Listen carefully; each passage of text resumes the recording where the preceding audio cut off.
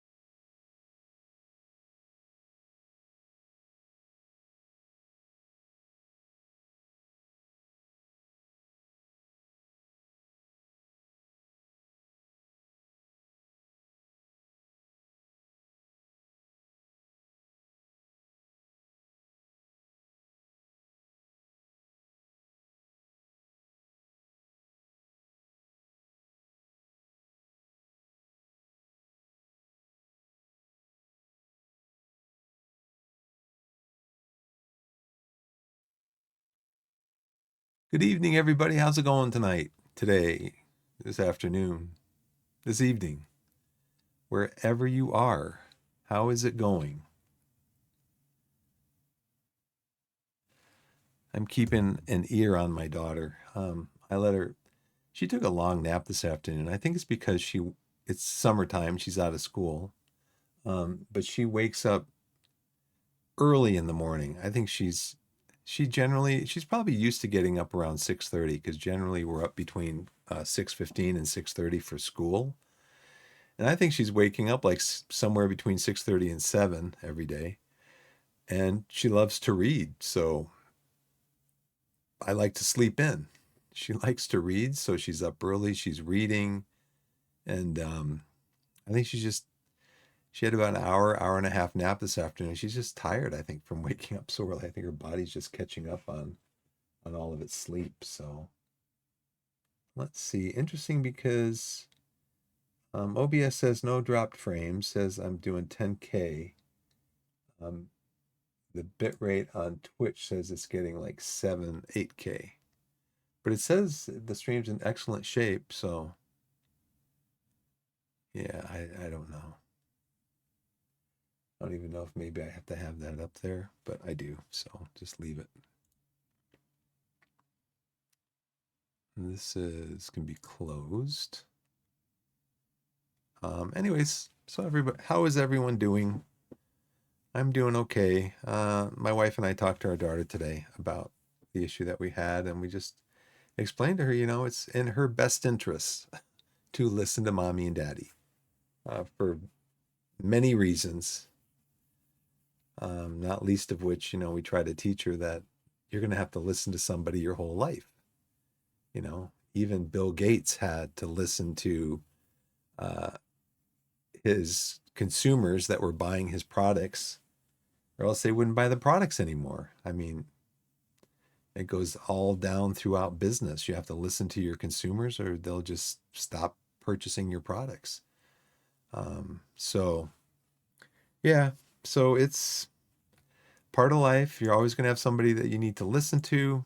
And, in this case, you need to listen to mom and dad. We try to teach you things about, what's right, what's wrong, and you need to listen.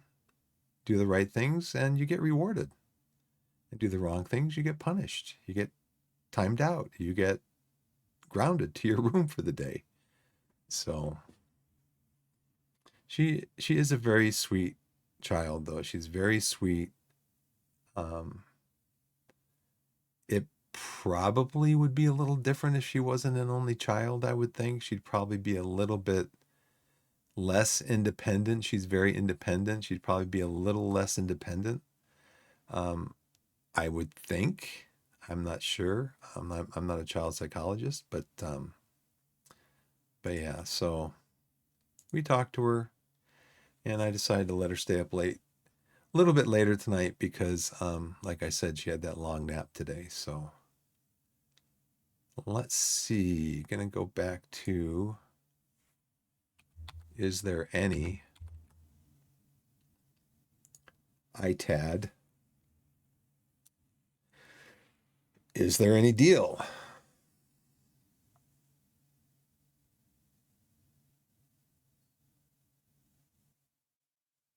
Let's see. I'm gonna click on.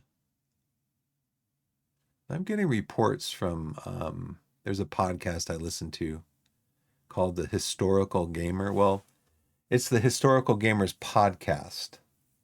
The podcast is called Single Malt Strategy, and um, some guy, the guys on there's Matt, who is the Historical Gamer, Tortuga Power, a couple of other strategy gamers were on discussing tycoon games. And one of the tycoon games that one of them said is his number one tycoon game was Transport Tycoon, TTD, or now as it's known. He says TTD is the best. It's now how does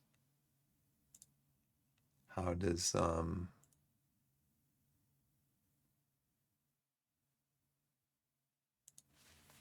wonder how many games I have with the word tycoon in them.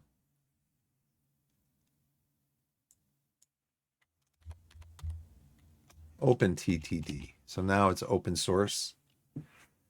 I have Railroad Tycoon 2 and Railroad Tycoon 3.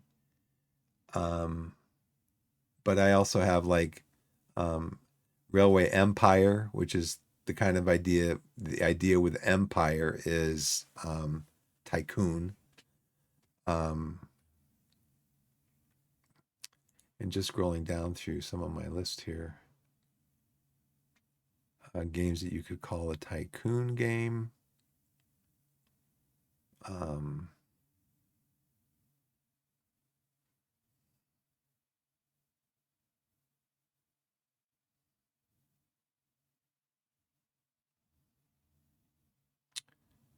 Motorsport Manager, I think they talked about as being possibly being a tycoon game.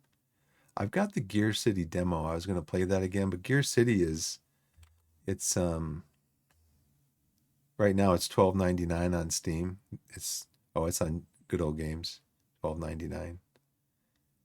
Um,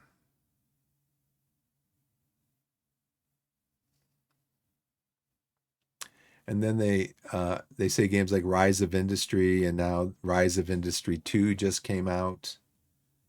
Where you start off with a small company, like one building, and your goal is to expand out to multiple cities and basically take over the map. Um, I don't see anything on. I don't see anything right now on.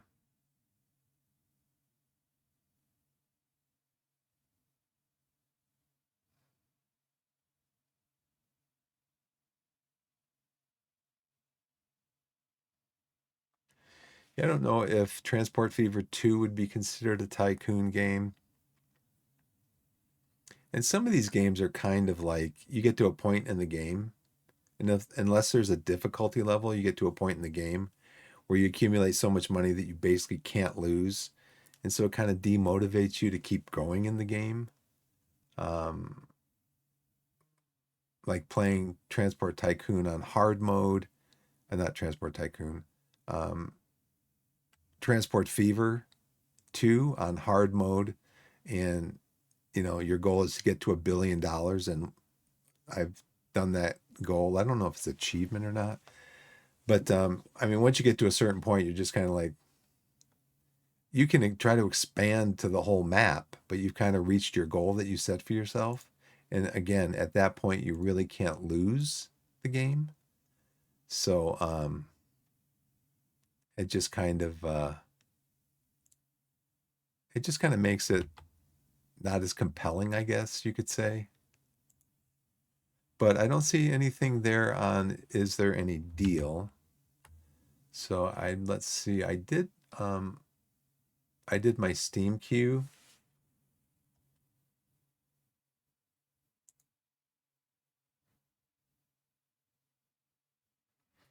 I did my Steam queue.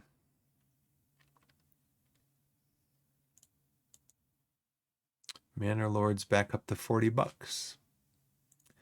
Let's check the update history. Let's see if they've come out with anything recently. The updates. Okay, this is January, but I know there's stuff behind here. Most recent update, which looks like it's a lot of graphical updates. Monday, May 19th. Well, that's a game discount.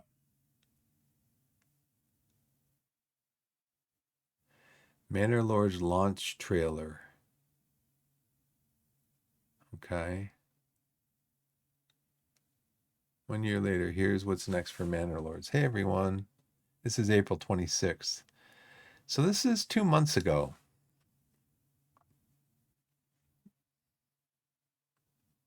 And then their most recent post was to announce a 30% discount, which brought the price down to, what, $27.99? I think I saw that. Still overpriced for me.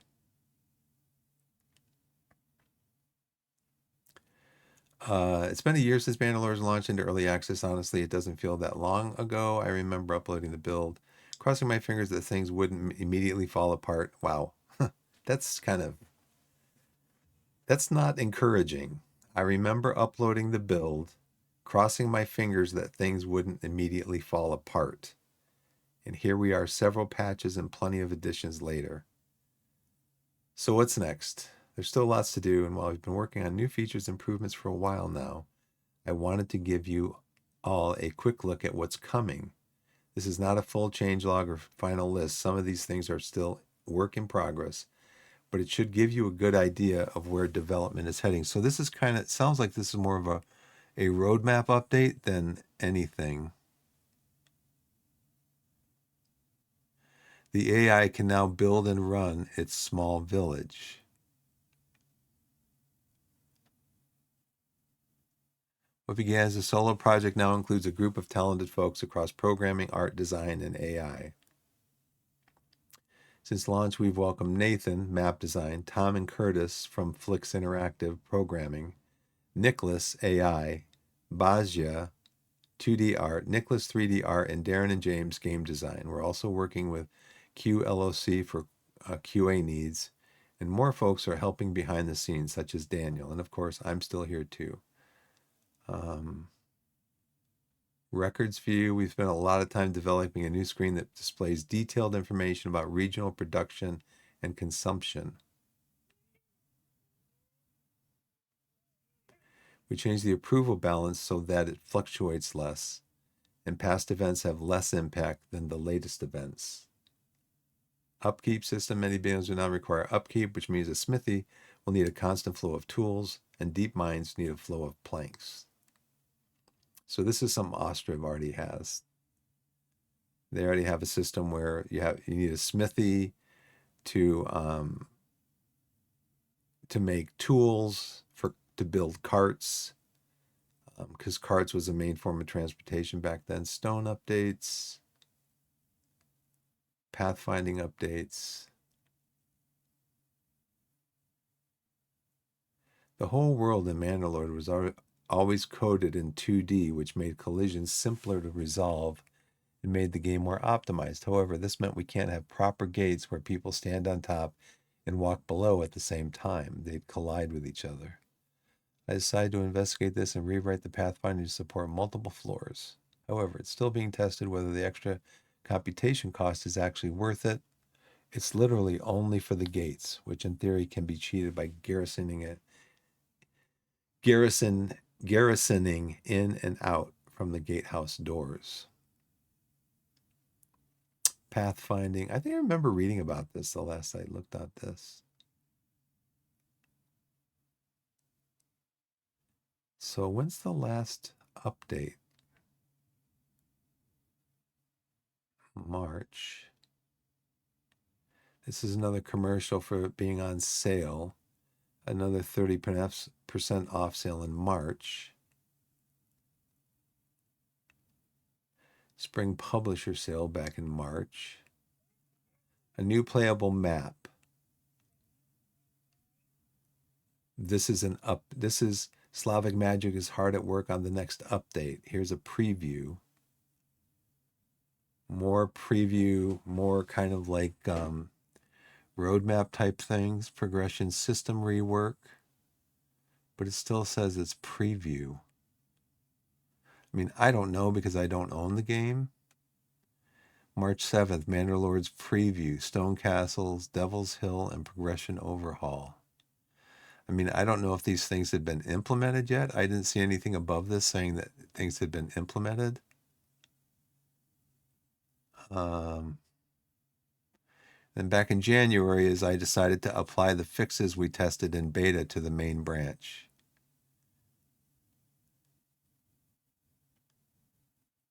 And then the rest of it is just progressions reworking. It's just systems reworking and testing, and so that's been January, February, March, April, May, June. It's 5 months ago, it looks like, since the last update. Honestly, for me, it's just not worth $30. 30. Well, now it's $49. Or $40. It's um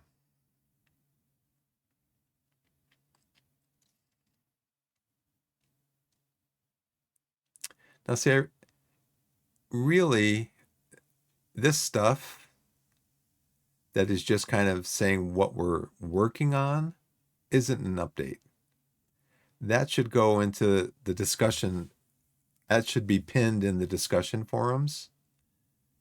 Because like this progression system rework, remember several design and prototype field alternatives. I hope to share more on that in the next update. They haven't had an update since the January one. I don't see one in here.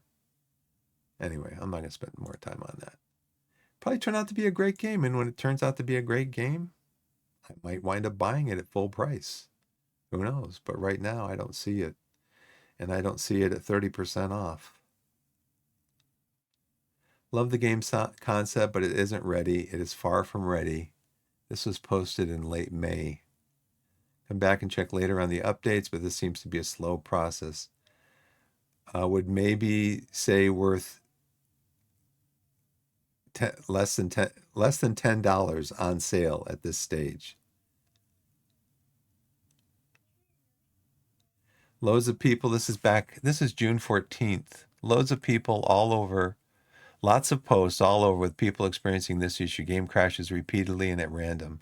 I wouldn't buy until you start seeing fixes or updates which may fix it. As of now, the game was working but is now unplayable. And there's an unhandled exception.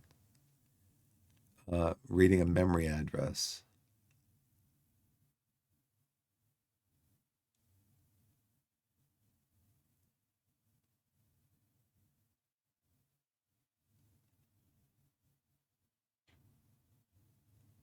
Yeah.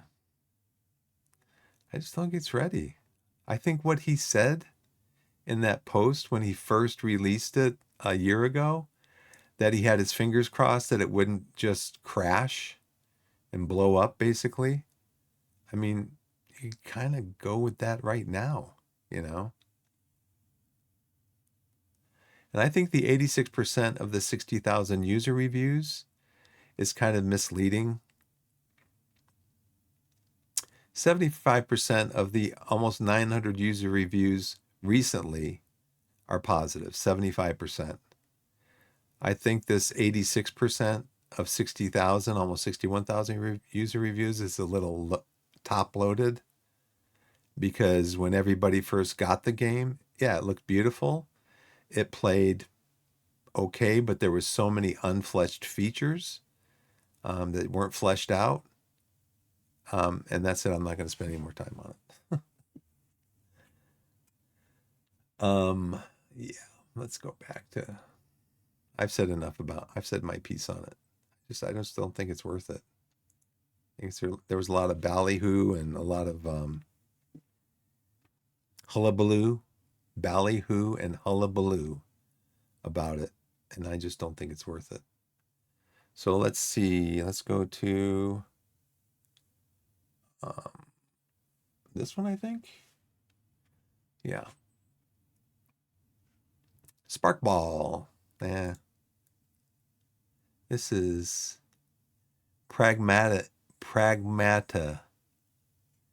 science fiction action adventure with its own unique hacking twist. It is the near future, and protagonist Hugh and his android companion Diana must work together as they make their way through the cold lunar research station. Interesting. Okay.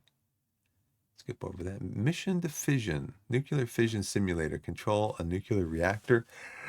Balancing uranium fissile material. The game features an oversimplified reactor and the RBMK reactor in Chernobyl.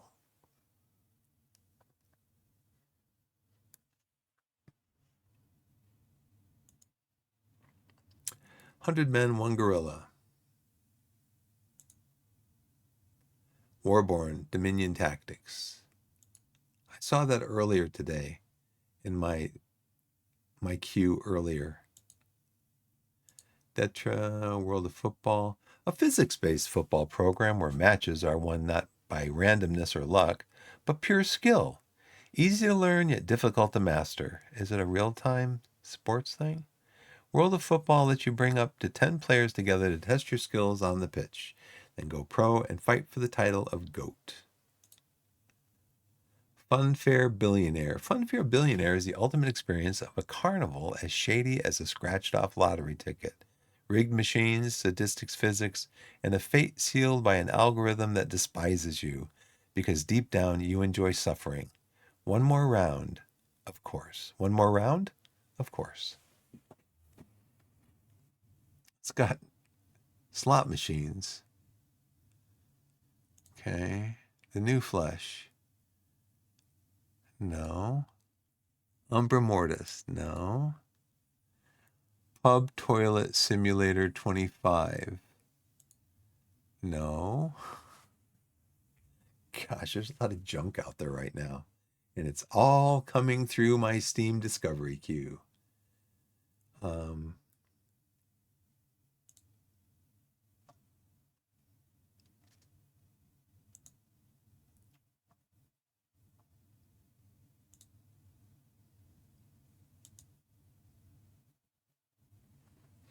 So I can't decide on whether I want to go back to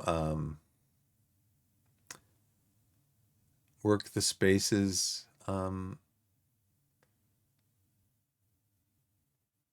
If I want to go back to Work the Spaces.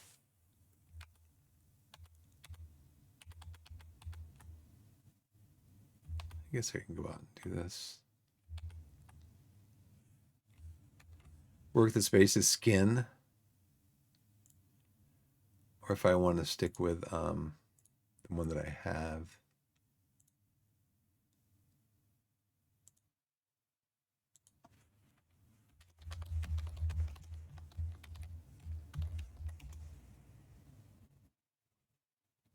The TCS Gold Skin for Football Manager offers a visually stunning and customizable experience. Your manager journey more immersive and effective. Let's see. Tweaks to the tactics, custom news tablet, overhauled match screens, new processing panel. Now I noticed right away, so I have the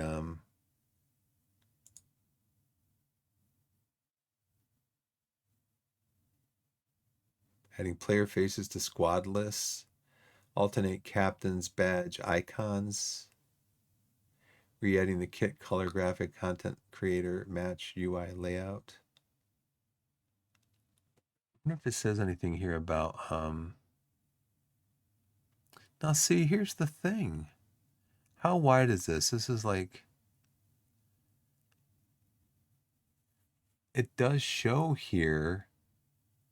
Now maybe I just didn't do this right. I don't know. Oh, I know why. I bet you this is the way it looks in 1440.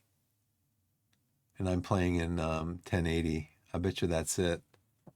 I'll bet you that's exactly why. The reason I'm playing in 1080,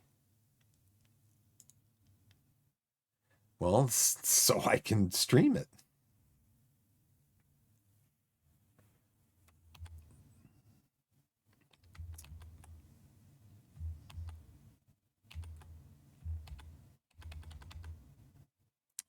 Stream health,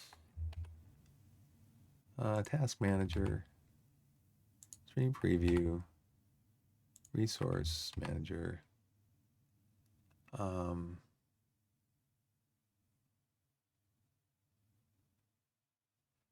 Resource monitors over there. So I want my Control D. Oh, great. I just lost it all. All right, let's go over here and go show hide. Yes. Task manager, resource monitor, stream preview, stream health, Twitch chat.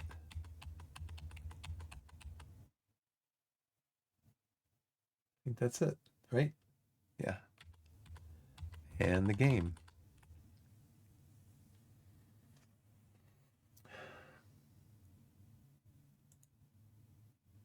And the game. Okay. What does I think I kind of want to, I'm going to flip these around a little bit here. I want my stream preview down here. Let's see, can I bring this out up here? And fit this in next to it? Maybe just a little bit smaller than it is. Because I don't need, yeah, that's what I need. I need that.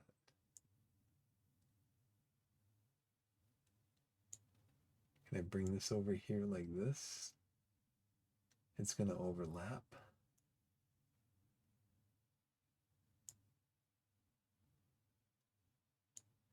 That's a little better. I can narrow this down. Okay. I think that's good.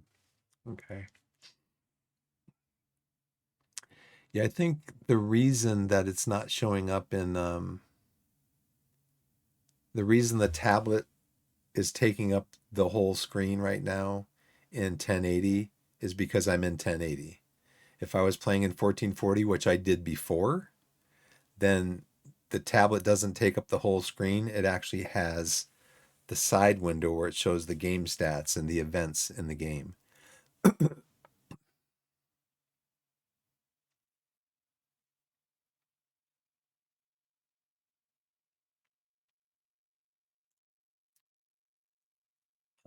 But I do want to play it in 1080 because that's how it streams the best.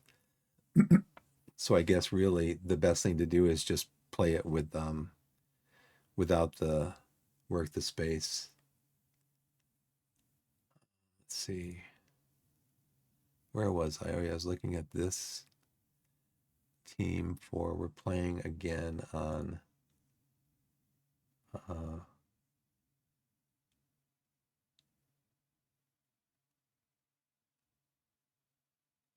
so I like how they do this.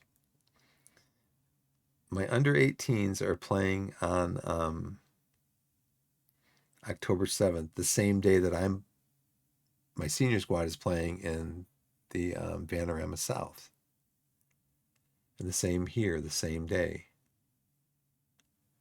the same day, the same day. Um,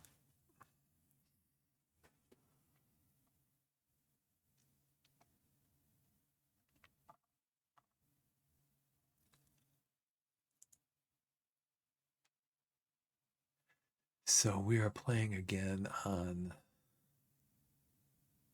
Saturday. All right, so I got my guy into the team.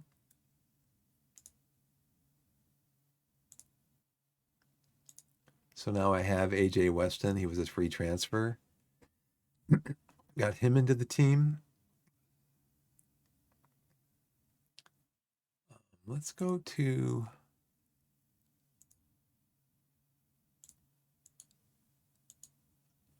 the under 18s. Brooks is injured. Suspended? What happened? Why did he get suspended? Oh, it shows up over here, right? Suspensions. 5 away from a 1-month suspension, but why? It doesn't tell me why, I guess. Can I look at news for him?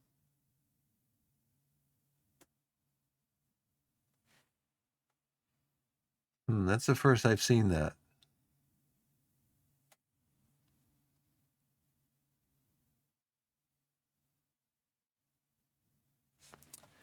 Well, sorry about that, Zola or Jewel.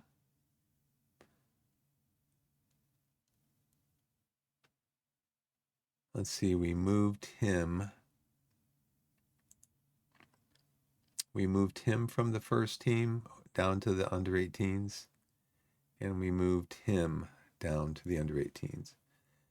You can only have like 2 or 3 players, I think, play in under 18 games.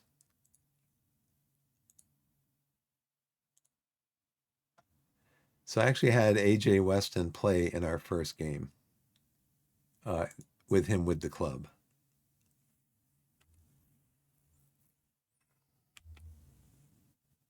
Training schedule for the coming week. Okay, so we had Maidenstone, we have a match review. Attacking wings, attacking patient, attacking overlap. I don't use overlap, dude. I told you I don't use overlap. Attacking, attacking patient.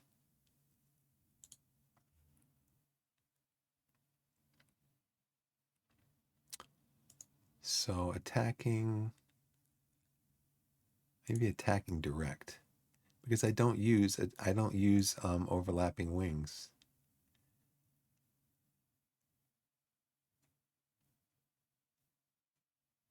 Yeah, we're gonna use those two. Let's see, and I got my match review there. I got my team bonding there.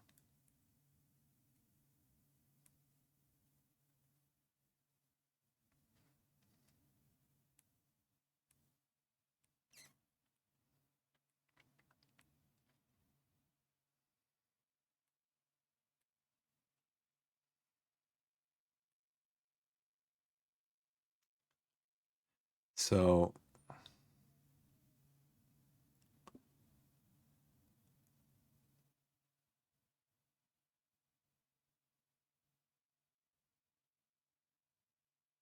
okay. All right. Himmel Hempstead make loan approach for Ogar. Is there a story here? Burning on the that Chris Ogar is reportedly a loan target for Van Mercer South Himmel Hempstead, mounting after it emerged that they are believed to be ready to discuss terms on a loan which will likely prove financially favorable, a fact which will perhaps worry left back Josh Williams, who must be concerned for long-term future at the club. The left back is reportedly keen on making the move. Well, when I approached Birmingham for him on a free loan, they wouldn't go for it. They said I had to pay at least 40% of his contract. That's something I kind of realized, I think, in the last, since yesterday, is that I tried to get a player on a free loan from two different teams, and they both wanted 40% of his salary. They wanted me to pay 40% of his salary. So I think that might be kind of a trigger point, is that they're looking for 40% of his salary, to at least 40% on a loan. So I shouldn't go higher than that. I always start lower, but not go higher.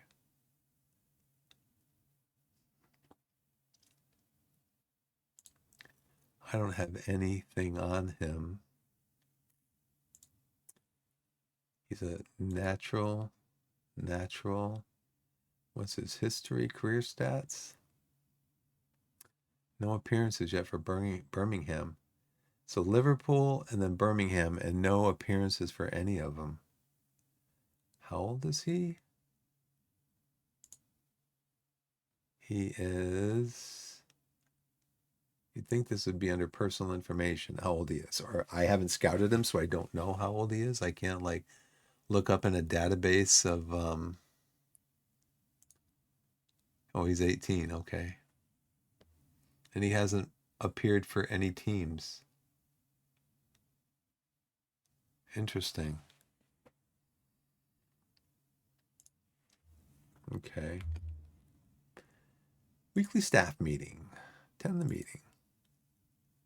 I believe squad's general character has positive effect on Ross Marshall lately. That's good. Individual training plan laid out for Jack Stobbs has worked a treat, and he is coming along tremendously. That's good. That's good. That's good. It's all good.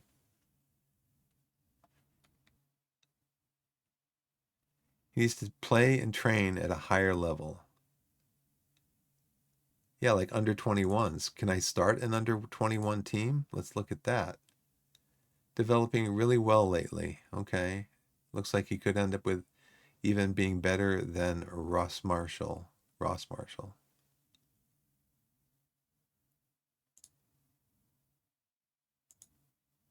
So let me go to the board and see if the board would support an under 21 team.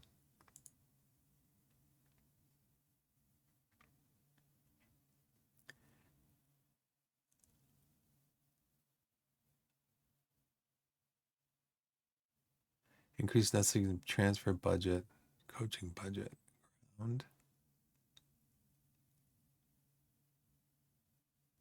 Improve youth recruitment.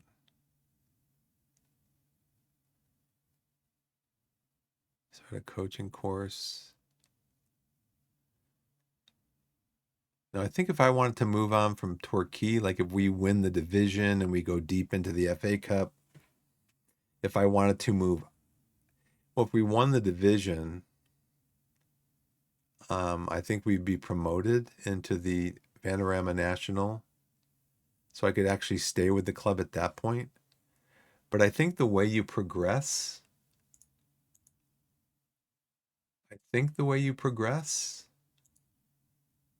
is by your reputation is by taking courses.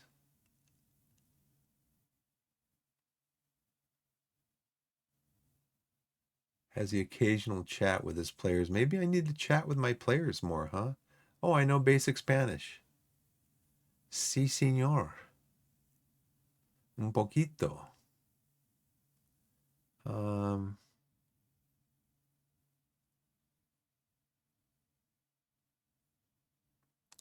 so far, 32 goals for in all competitions. Goal difference 23, win percentage 66. So they only have a continental license. So I wonder what it would be though if they were going to give me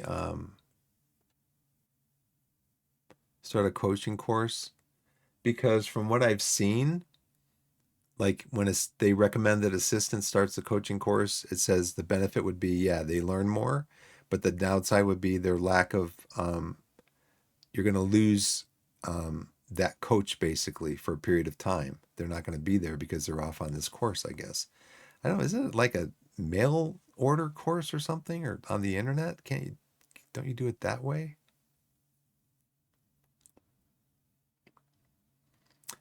So I guess I would have to Google. Let's go. Let's go to Google and have it tell us how we're going to start up an under 21 team. Let's ask it now. All right, let's see. Google, I've got a question for you. FM. How do you ask the board to start an under 21 team? This is what the AI overview says.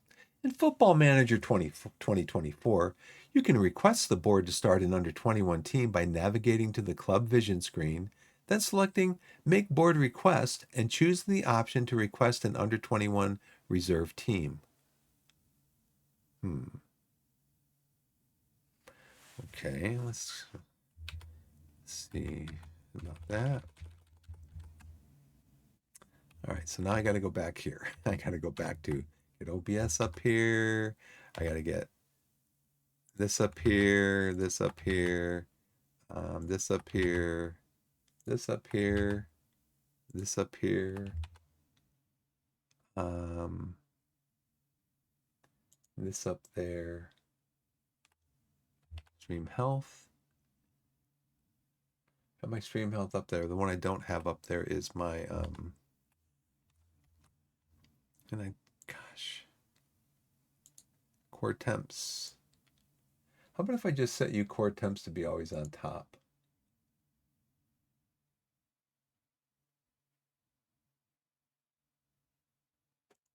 And you can just sit there. Now go back to stream health, resource monitor, task manager, chat, stream preview, OBS. Okay.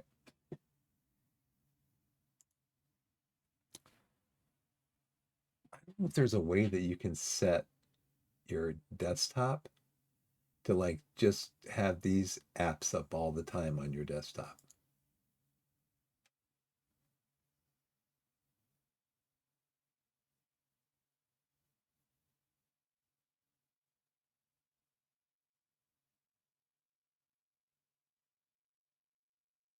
I don't want to show more options because then I show more options, it's going to ruin my setup again.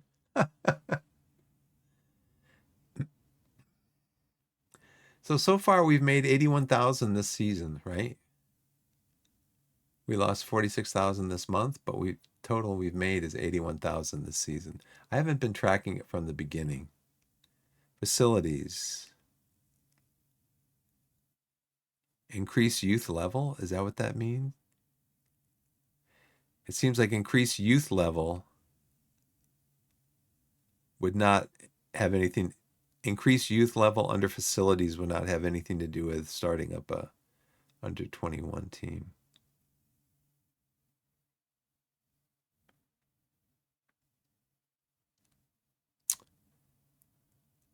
Oh, here we go.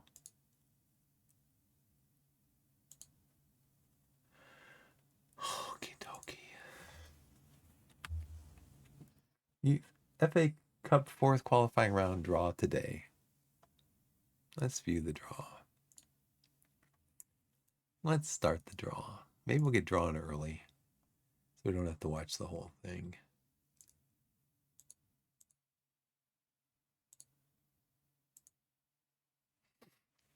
The first team in the draw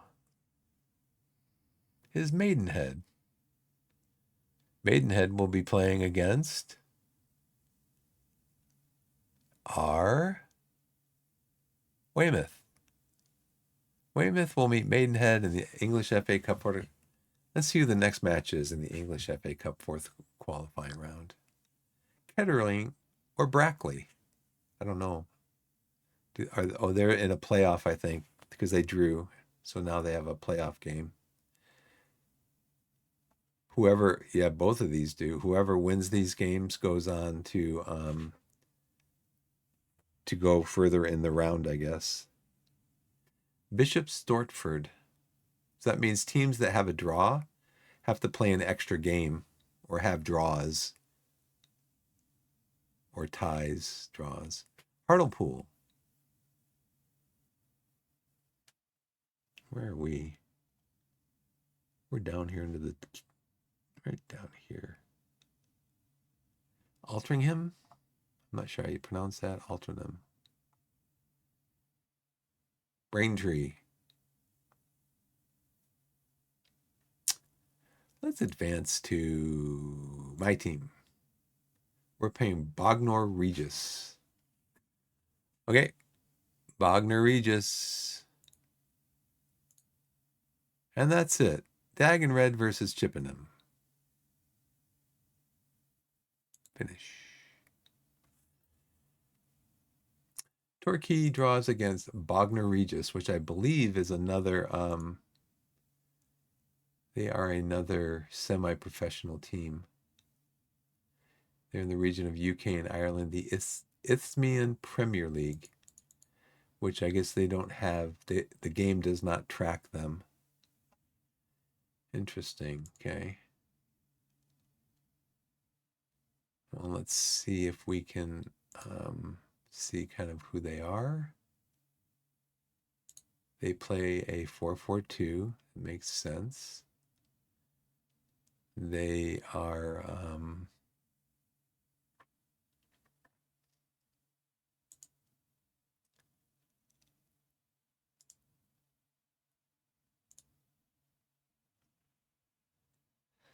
oh, let's see. We put an age in here.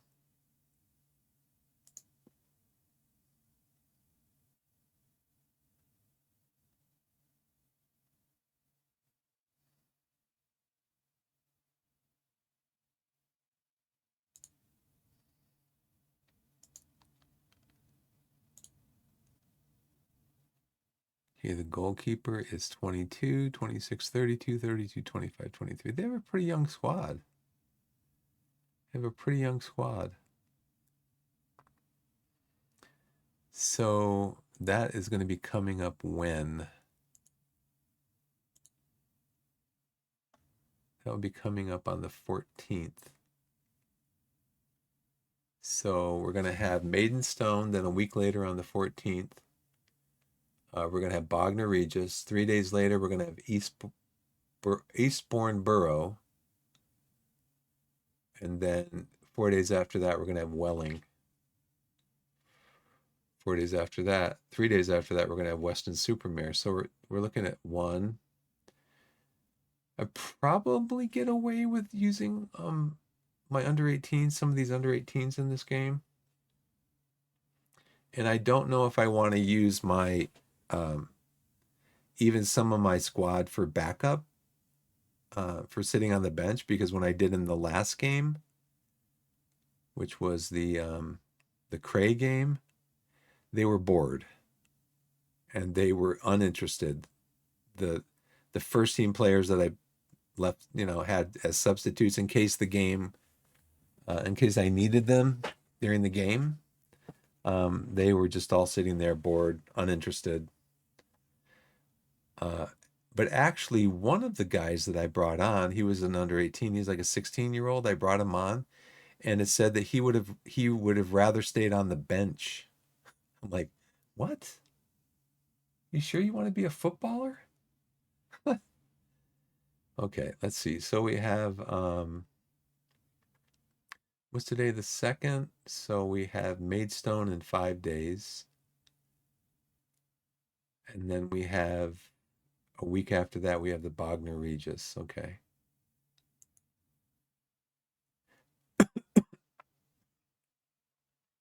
And Eastbourne Borough versus Torquay has been rearranged.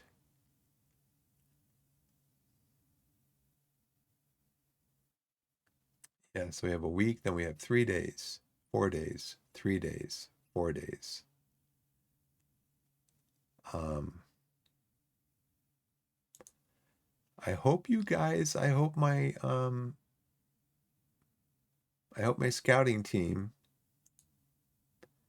is scouting Eastbourne, because I've told you guys I want you to scout my next opposition. How can I see what my scouts are doing?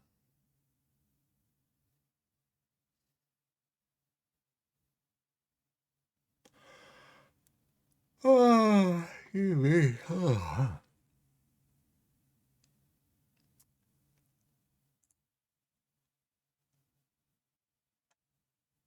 Midfielder, center midfielder.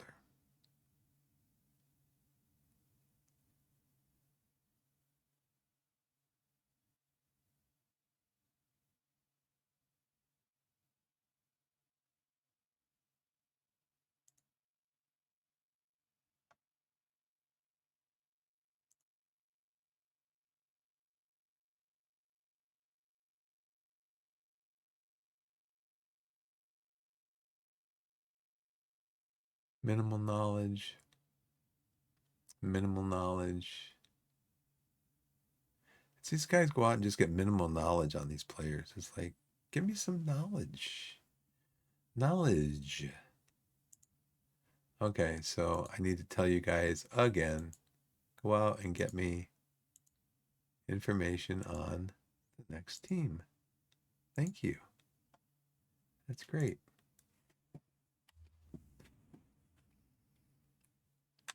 Training schedule, match review. You know what I'm going to do? I'm just going to go to training, calendar.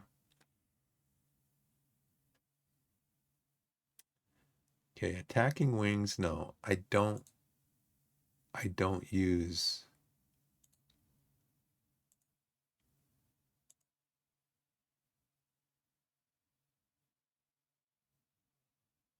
And then where is my team bonding? Okay, team bonding was here, and then it's here, and then it's here. I'm just going to rest.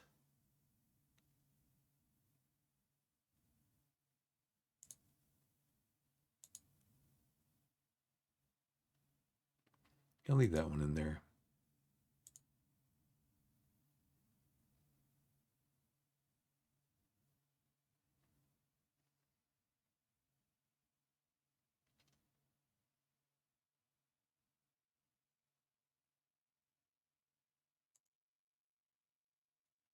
Okay. Hemel Hempstead make loan approach for, yeah, that guy, Ogre.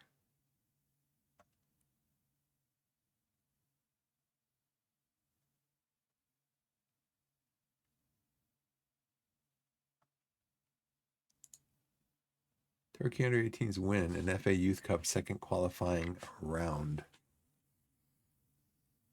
4-1 against Tonbridge. Look at these guys, man. They're running rampant. Charlie Tully. He's a 1-star. Could be a 5-star.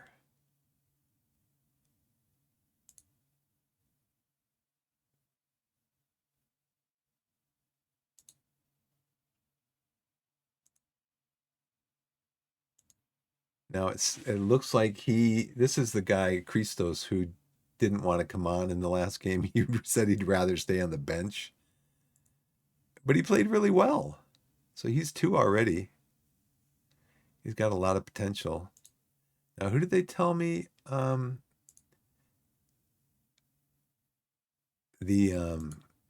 Zola had a good game also. He's 1-star potential. He's doing really well.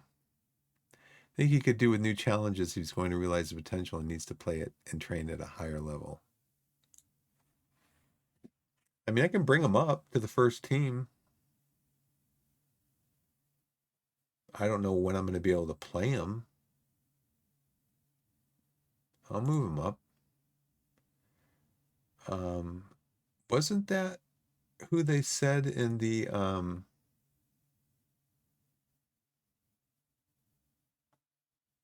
staff meeting?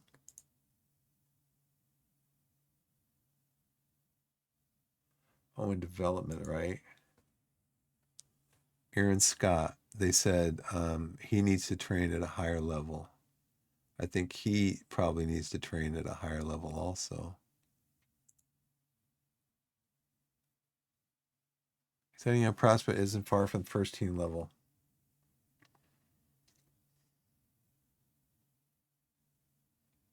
I don't want to take all of the first team players though. I think it was Charlie Scott, Aaron Scott.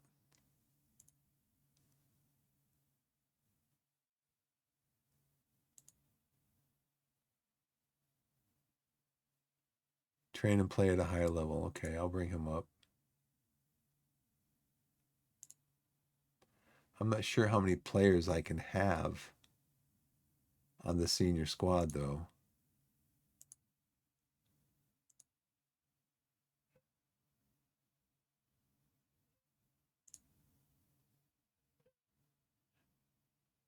Okay. I got to go upstairs. My daughter's crying. I got to go up there, see what's going on.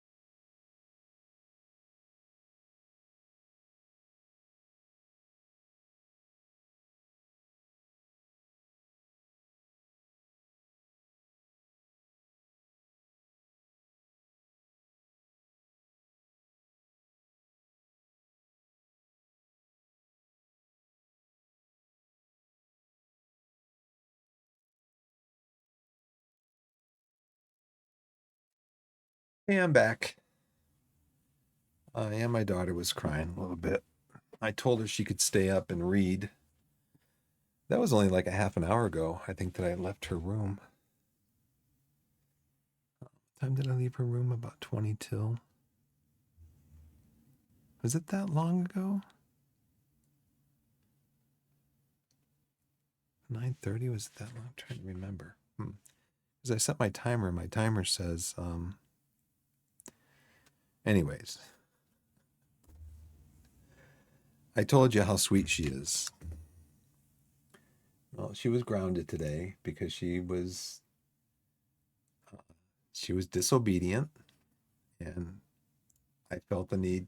I had to do something. I actually gave her the choice. Do you want a spanking or do you want to get grounded? I said, if you have a spanking, then you can come downstairs and you can do your regular thing, and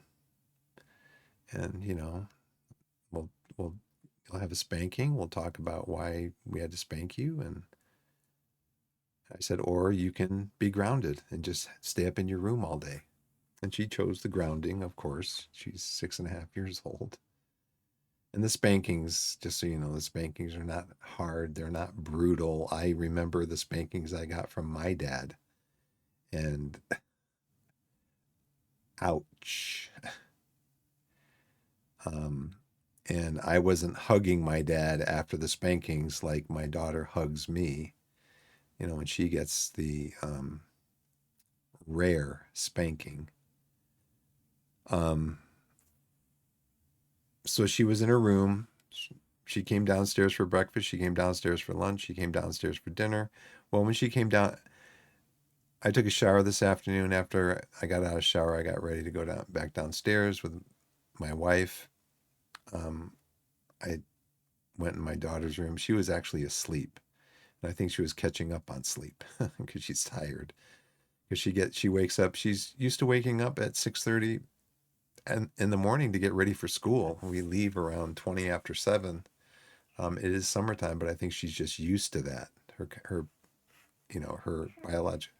internal clock is. Can you please come up here and help? Thank you. Oh, here we go. Okay, I'll be back. My daughter is she she's not going to get a spanking, but she's going to get a talking to. So let me go back and put this camera on. I will be back shortly. What I was going to say is that she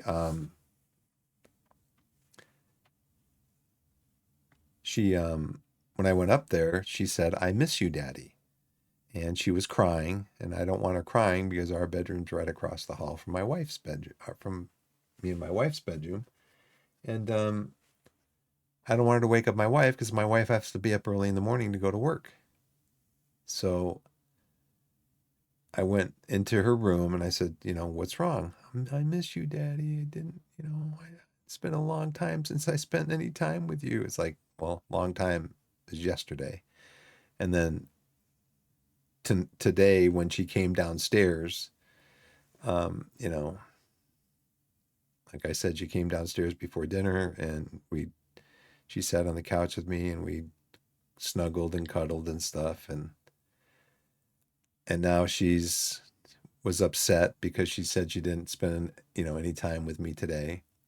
Well, it sounds like now she wants to kind of milk that a little bit. I just have to tell her it's time to go to bed. Close your eyes and go to sleep.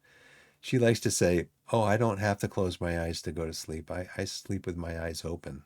I'm like, "Yeah, okay. All right, I'll be back shortly. And thanks for watching. I'll be right back. Thanks, Pop. I'll be right back."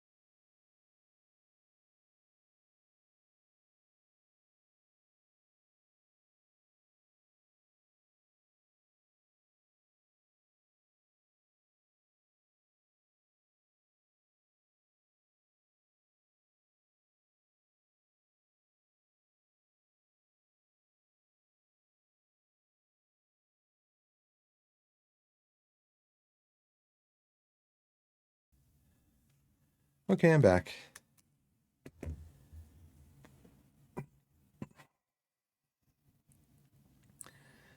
I just told her it's bedtime. It's 10 o'clock at night. And I know she did get a nap today, but it's 10:15 at night and she needs to go to sleep. I said, stay in your bed, go to sleep. So,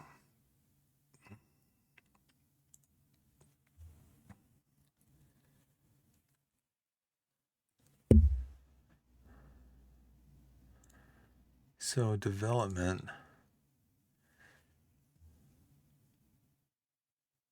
I mean, I can't put all of them. I can't put all of them on the first team. Let's see what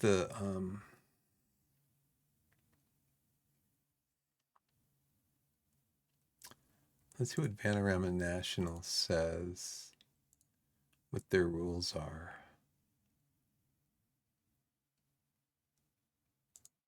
about players. Oh, I'm sorry. I just saw in the corner of my eye. Oh, let's see. Let's go over here, do this. Let's see. Come back here, go up here. Bingo, bingo, bingo. Okay. This is discipline.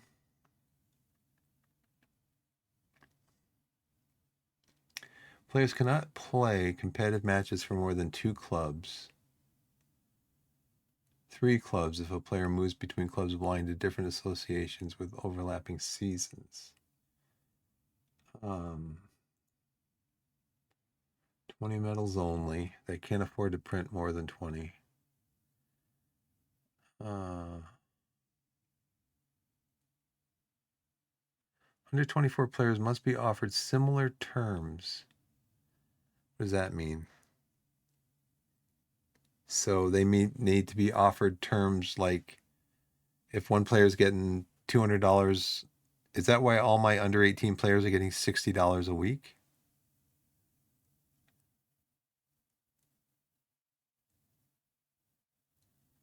Six players allowed on long-term loans.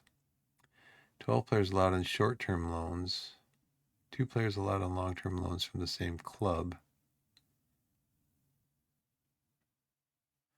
Oh, this is a loan rule. I didn't. This is a league rule. No players cannot be recalled from loan.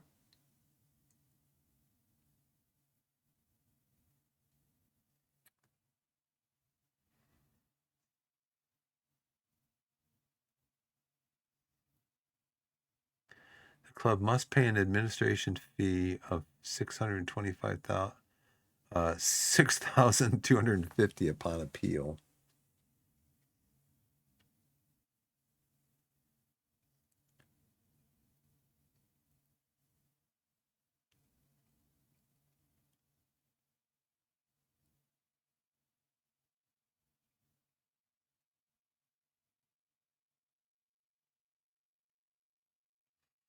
Hmm.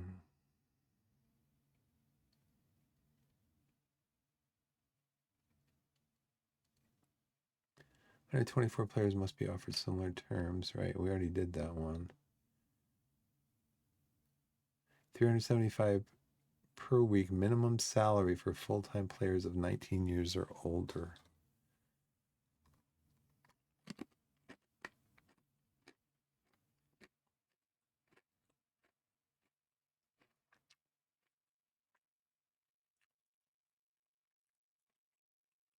I mean, what about my club? My club doesn't have any payroll money. I mean, it doesn't have payroll money. It's all going to payroll, but there's nothing left over. Here's what I don't get. It doesn't tell me how many players on a team. What's the maximum number of players you can have on a team?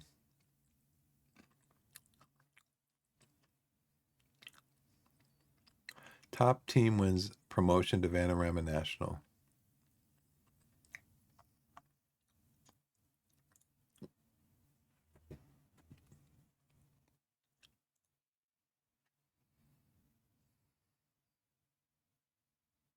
2 goals. Guy's a stud, man. I mean, he is 2 stars.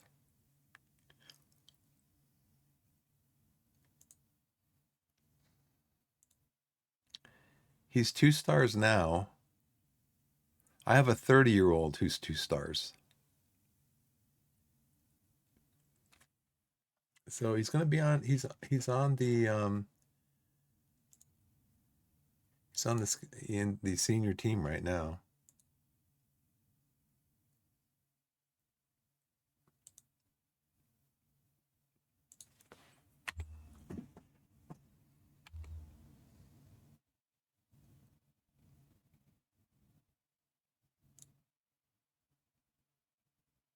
Really? Please to confirm the writing of the board's agreement for the question made at a recent board meeting. The club is now allowed to have an under-21 team to improve the player development. We agree that this would be a great way to boost the development of our young players. We will therefore approve the creation of an under-21 team. Now, is that something I have to do? It's going to cost you more money, bud.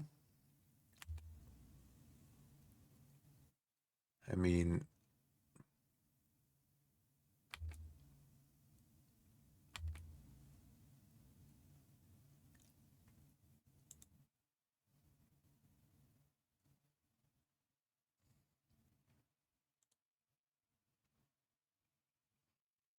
the best viewing was to be found at St. James Park, crowd of 1,590 people, with its practically convincing 3-0 victory over Kettering.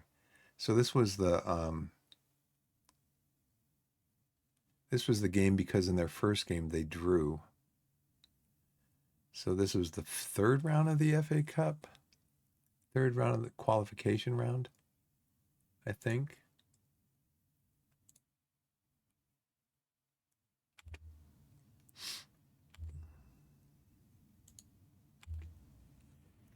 Maidstone opposition report.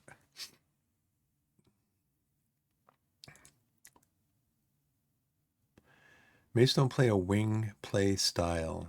Players will look to get the ball out wide as early as possible, where fullbacks will look to overlap and exploit the wide areas.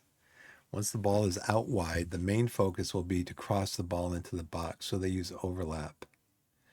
When attacking, Maidstone prefer outswinging deliveries to a central area.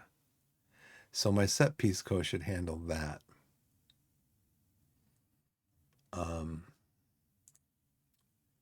Maidstone, their tactics. Their striker, Kelly, is 5'6" with very little strength. So we're going to usher him outside like we usually do. That's usually our tactic.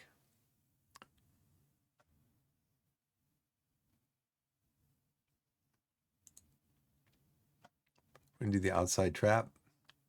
So what I learned yesterday is you do the outside trap for small forwards. You do the inside trap for larger forwards.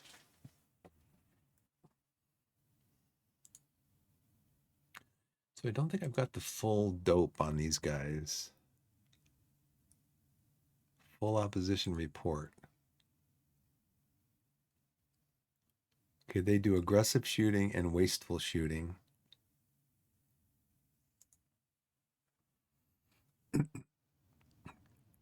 Maidstone's attacking efficiency numbers are eye-catching. They're like one of the most aggressive, wasteful shooting teams in the league.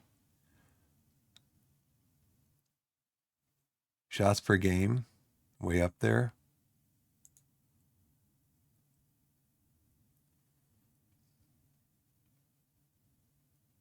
Three more than average.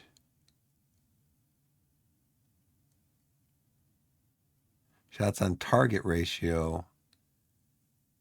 The league average is almost 4.5 more than Maidstone. They don't shoot shots on target. They're wasteful.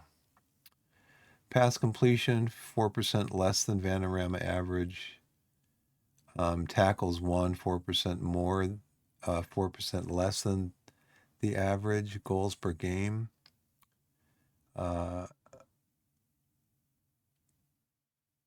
0.07 less than the league average. Goals conceded, 1.13 more than the league average.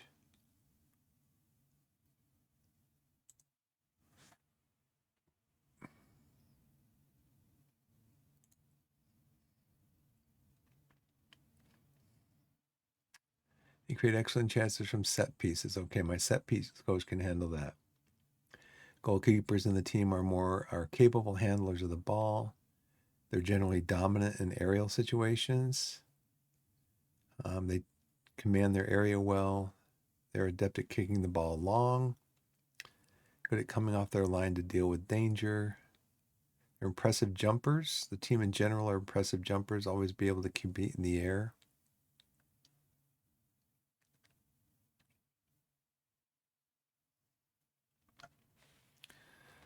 Goalkeepers in the team are all very good one-on-one situations. A physically strong squad with little to worry about in that department. Stamina is one of the team's strengths.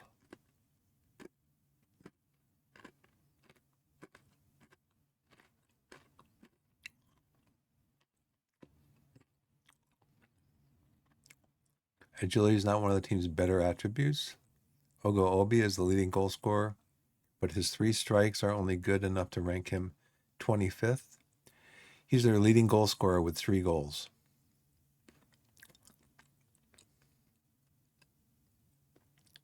Connor Kelly, he is 5'9". He is a striker.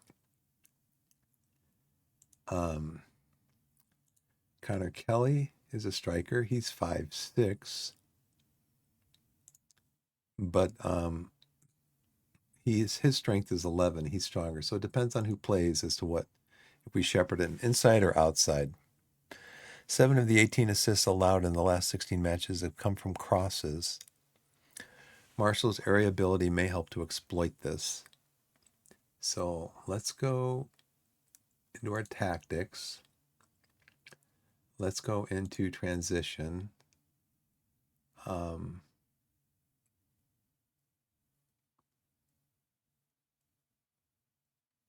In possession.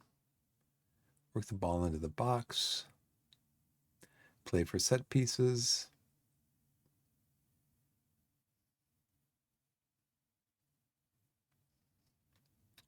Okay, we're going to use our width because we had very fast forwards and wingbacks. We're going to pass into space. What we're going to do is we're going to put him on support.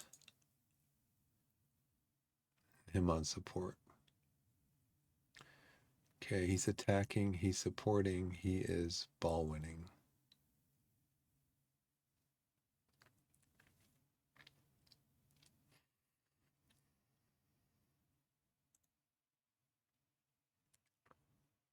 Some of the decisions made are questionable, to say the least. The squad tend to lack good corner taking.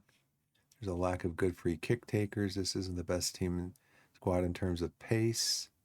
7 of the 22 goals allowed in the last 60 matches come in the 15 minutes before halftime. 7 of 18 assists allowed in the last 16 matches have come from just outside the area.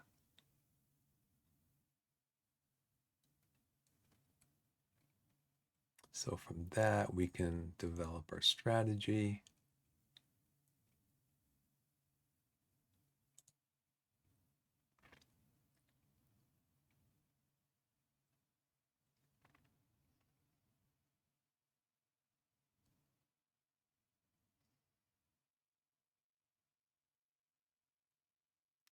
Initially, I want to do this. I want to run up the defense and be more expressive.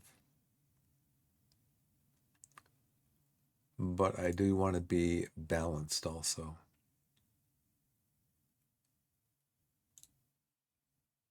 Initially. Counter press, counter.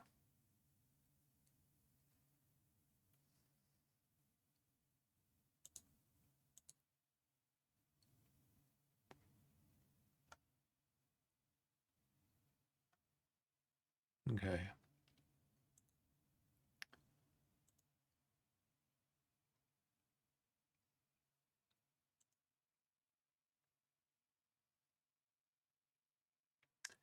They're a little older than us. They're a little taller than us. They're a little bigger than us. No international caps. Salaries are the same. Average player transfer values. Ours is more. Players unavailable 1. Technical. We're better at corners. They're better at crossing. They're better at dribbling. We're better at finishing. Our first touch, they're a little better than us on the first touch. We're better than them on free kick. Heading, they're better. Long shots, they're better. Long throws are even. Marking, they're better. Passing, about the same. Penalties, we are good at taking penalties. Tackling, they're a little bit better. And technique, roughly the same. Mental,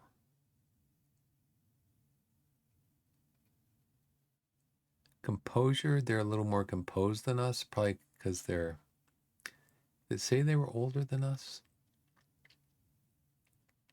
Decisions, determination, they're more determined than we are. Physical, we're more agile than they are. Acceleration, they're faster than we are. So I think that might change this to be at least we're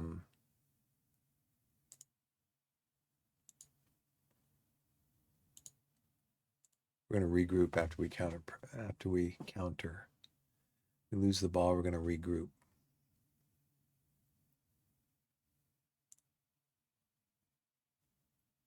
Let's see. Go back up here. Let's go to here. We're naturally fitter than them. They're faster, have more stamina, have more strength. In the attack, they're better at finishing, better at long shots. We are better at heading by a lot. Our jumping reach is 1.5 points better than theirs. We're better at anticipation. We're better off the ball. Passing and acceleration. Wow. So let's look at that. We still want to stay wide. We don't want to pass into space. We want to dribble less. It's going to be really important for us to control the ball.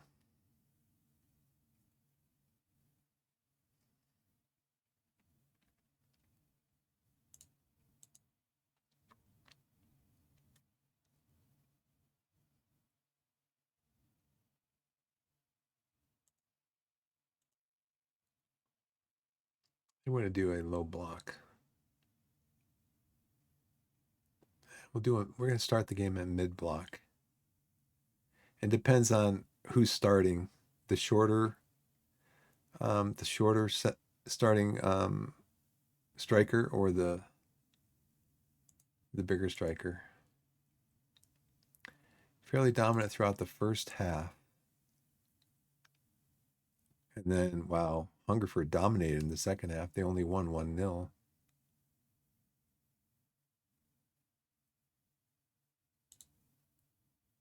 Jacobs Berkeley scoring statistics are huge outliers. He's a clinical shooter, but he doesn't score much. Only has a 50% conversion rate. Goals per 90 minutes. So he only scores about once every 10 games. No, once every 5 games.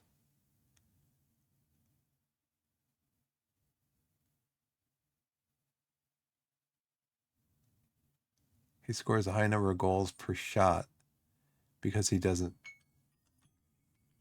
Looks like because he doesn't take a lot of shots. They won their match deservedly as they created better opportunities than their opponent. Well, was the XG? Okay, but they were a little bit wasteful on their XG. Um, how many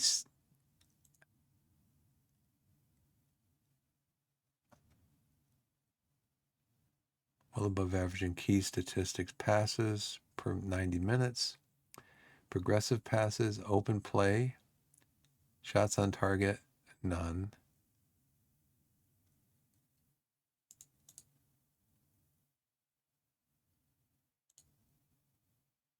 Based on shooting numbers require further attention.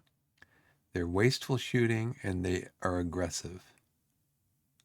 So I think we can probably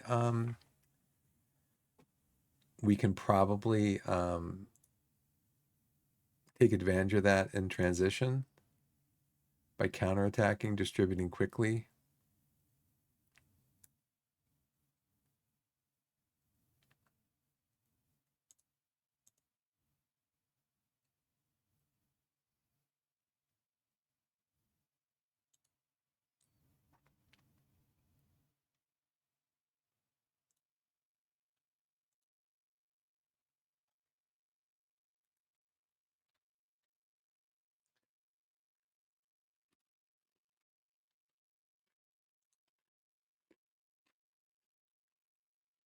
They've had 0 clear-cut chances.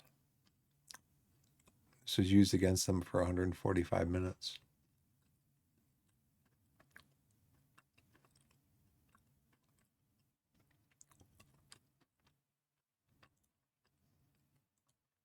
David Barnes is injured, out for 6 to 9 days. So he will not be in the squad.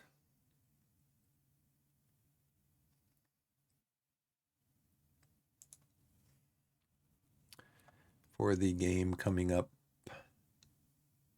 in 2 days.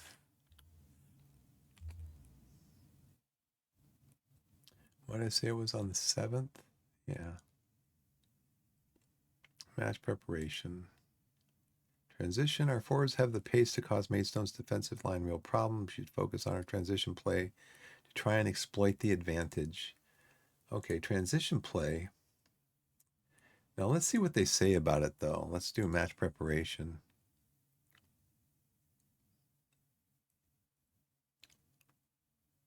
6 positive, 2 negatives.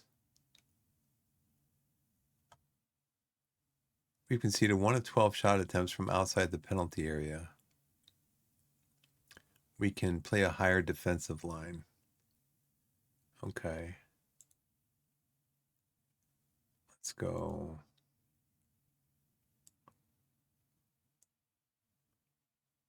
All right.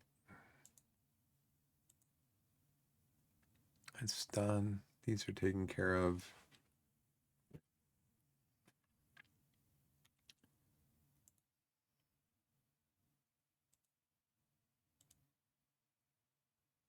Possession phase, that's dealt with. Out of possession phase, that's dealt with.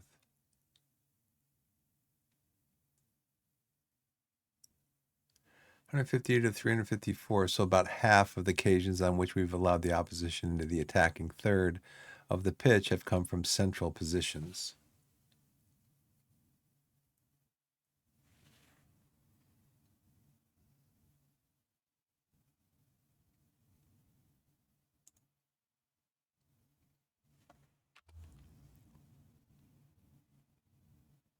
It's 8 o'clock in the morning, the day before the game. Team selection advice, Maidstone.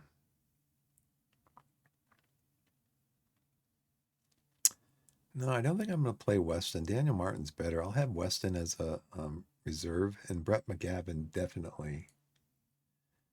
Brett McGavin definitely is in my midfield 3 because of the affinity that they have with each other. So, yeah. Barnes is coming out. Who goes in for Barnes?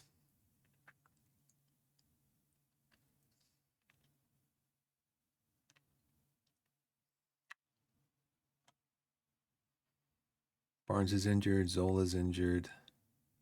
So I need Jenkins. No, I need AJ Watson in the team. Who is going to come in if we need somebody to come in for Aaron Jarvis?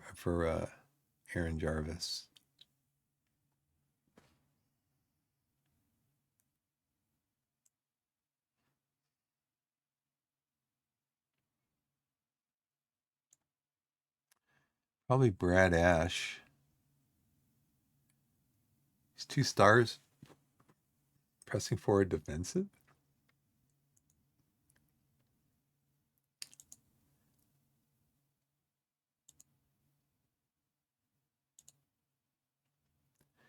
What is a pressing forward defensive?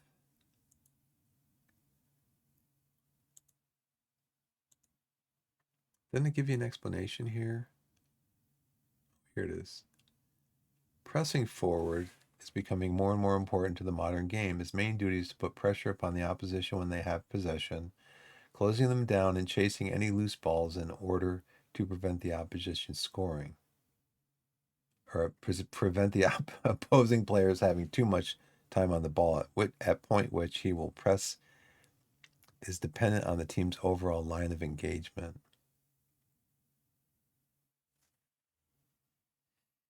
But I need him to be attacking.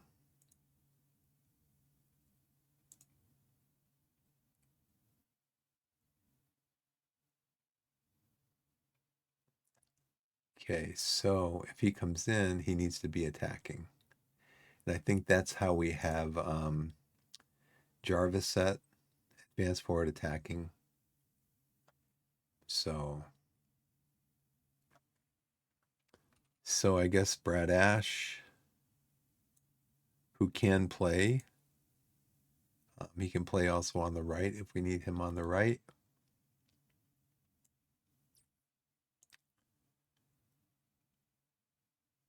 Yes, we have our goalkeeper. We have Brad Ash. We have Jenkins, Davies. We have Weston and Austin Booth. Okay, is there anybody in here who is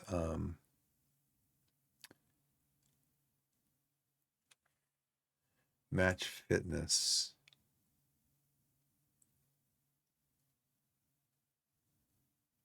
Fitness and injuries. Match load.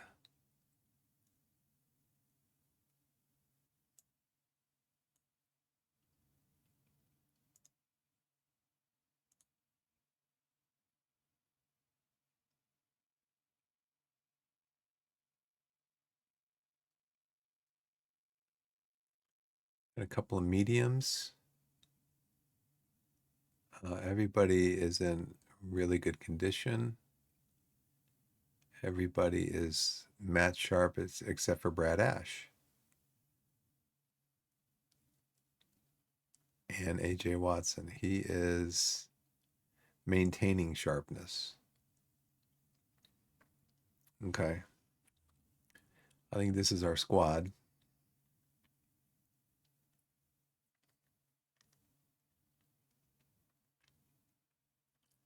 Morale is very good, extremely good, excellent, okay, good, good, good. Okay.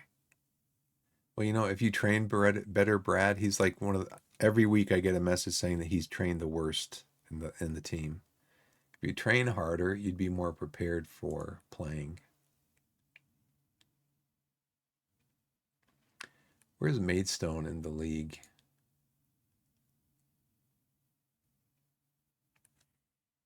They are an 8th. And actually, if I hadn't had my 10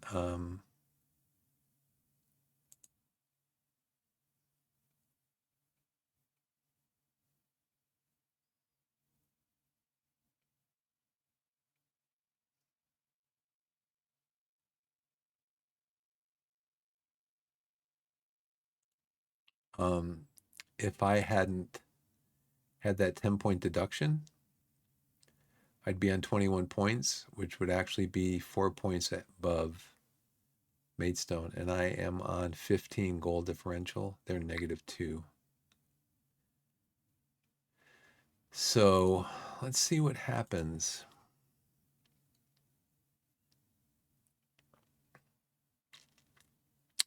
Work the ball in the box, play for set pieces, dribble less. We can run at the defense. We're faster than the defense.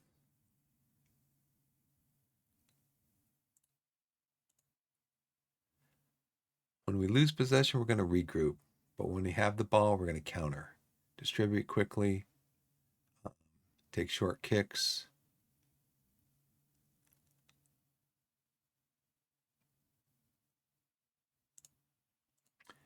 And then when we're out, we're going to actually push up.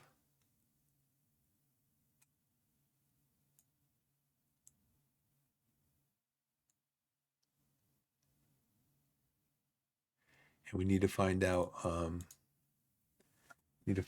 they're going to start.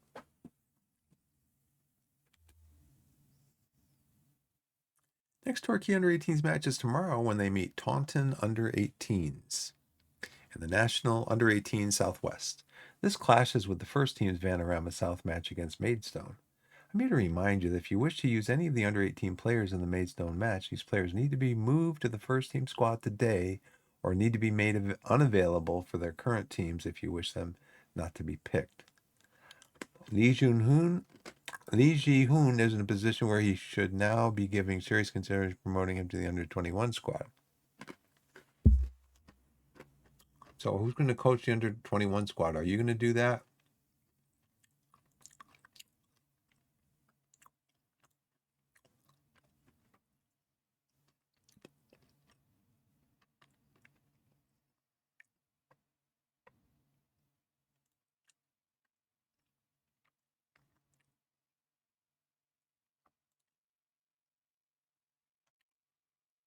Okay, you are going to do the under-21. You're doing the under-18. You're going to be really tired, Robbie.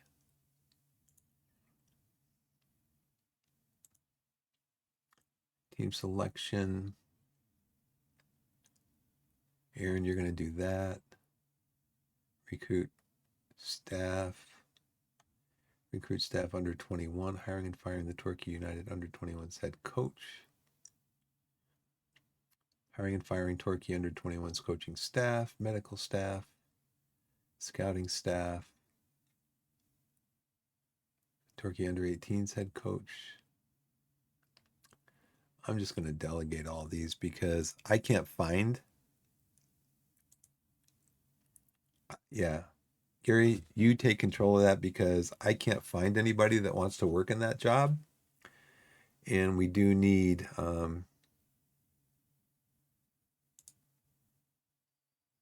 I don't want anybody taking courses because that reduces the amount of your coaching staff's efficiency, I guess you could say.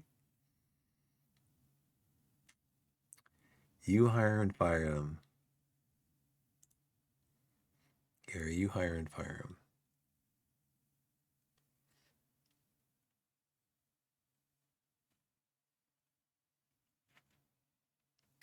Okay, we're going to confirm that.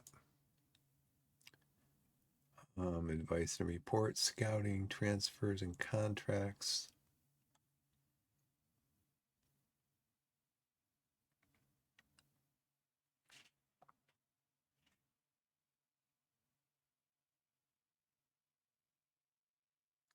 If I do this, they'll sell all my best players. They'll say, "Oh, we got a great player." I mean, I guess that's one of the ways I guess I could generate some money because I don't know how when you don't have a transfer budget and you're over payroll and they won't allow you any payroll anyways. I don't know how you're supposed to get players. Well, you're supposed to sell your players, but I don't want them to sell all my good players because that's what they'll do. Because what's his name was Moxie. Let's see if he's still.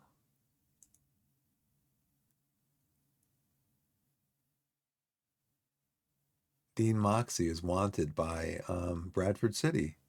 Well, if I let them do that, they'll sell him to Bradford City. Oh, you want him? Here, take him.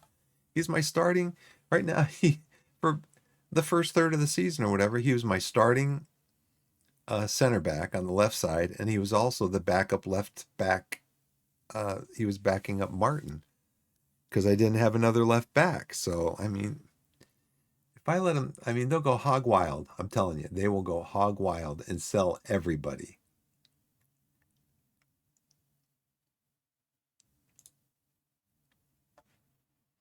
That's why I don't want them to have control of it. I may not do the best job at it, but I don't want them to have control of it.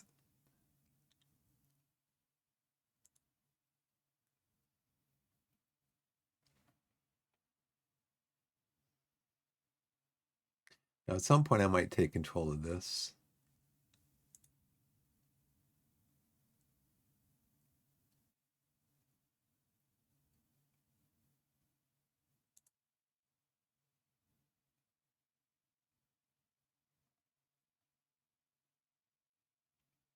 I need to look and see. And I got my set piece coach. He does a pretty good job. Can I make him my set piece coach? Well, here's the thing too. Let's go back into staff overview. Let's go to under 18s. So I just gave them the responsibility for on the contracts.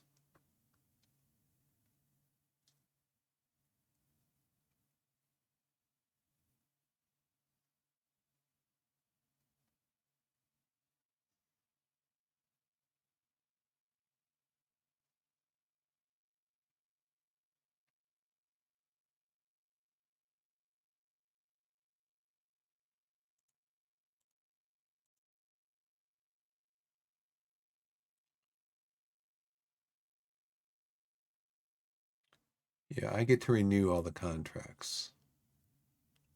You can write the contract up, but when it comes to up for renewal, I want to look and see who we got because typically they'll just hire the worst.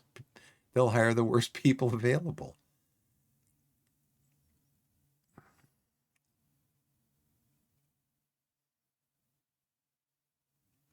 Um, so they just took over running the under 18s team.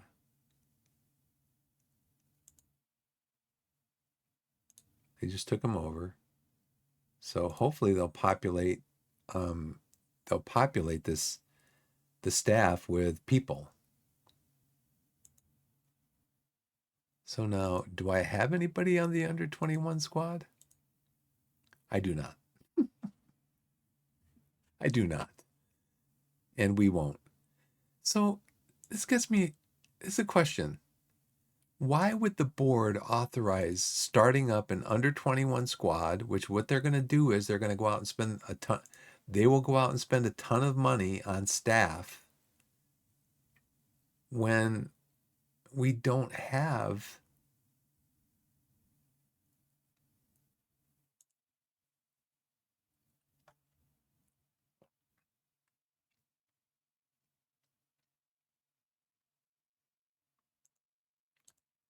we don't have anybody.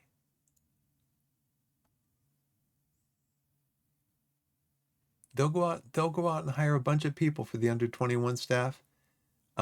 We do not have any players for that under 21 team. I just the board just created it. So the thing is too is if I allow them to recruit players, they'll recruit a bunch of players and then we'll go way um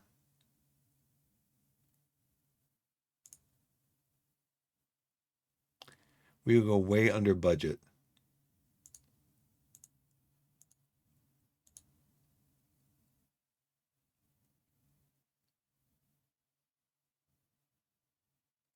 No, this is the one I want to take control of, right? The under 21s. Yeah, I want control of that because they'll just go out and they'll hire every single head coach that that team needs when there's no team.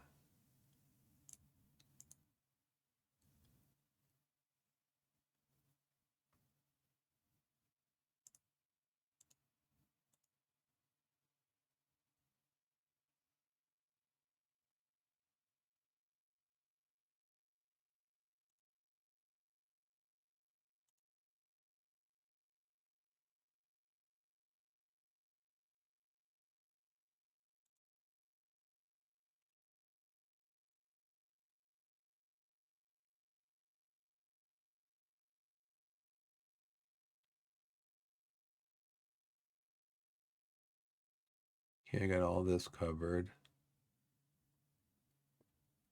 So we're going to have to populate. We're going to have to populate. At some point, we're going to have to populate the under 21 team. But I really have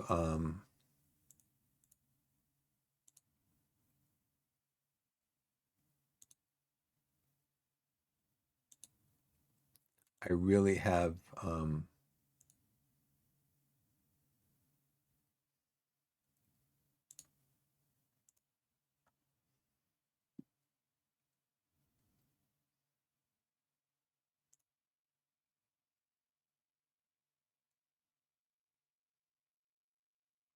I really have doubts.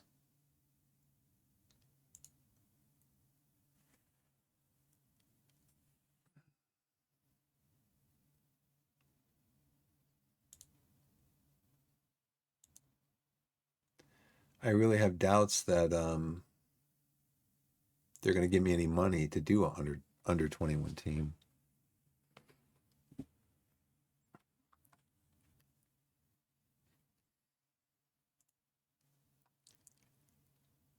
Two first team players. He's ineligible. Why is he ineligible?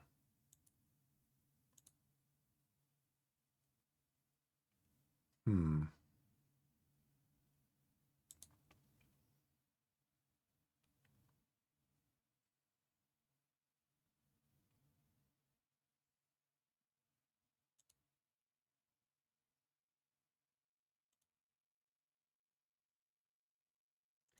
I mean, I didn't pick him over here.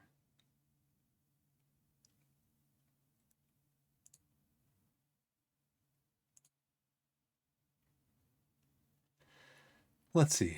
New intermediary suggestion. I have no money. I have no money to pay his.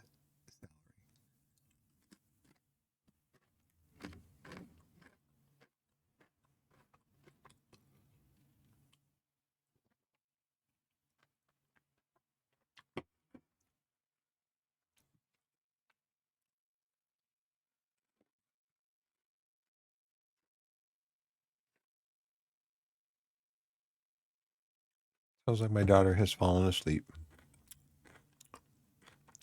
I think she's just having a little trouble falling asleep because she had been up. I finally got a suggestion for a left back. Finally. This is the first one I've had. It's funny. Okay, tomorrow's the game. I'm going to check this again. I hope nobody gets injured.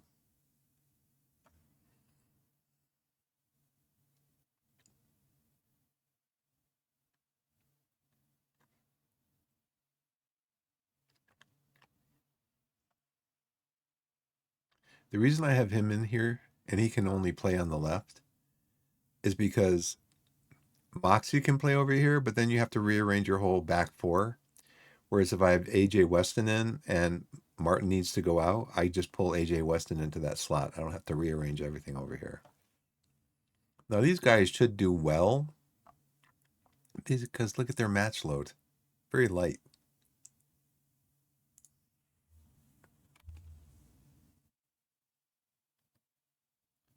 De Silva handed Sri Lanka call up. His team to face Cambodia. The match takes place October 12th and 17th. Iki?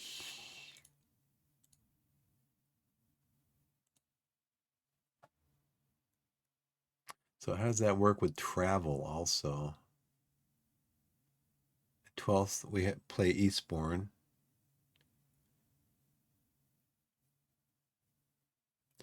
Or the 17th, we play Eastbourne.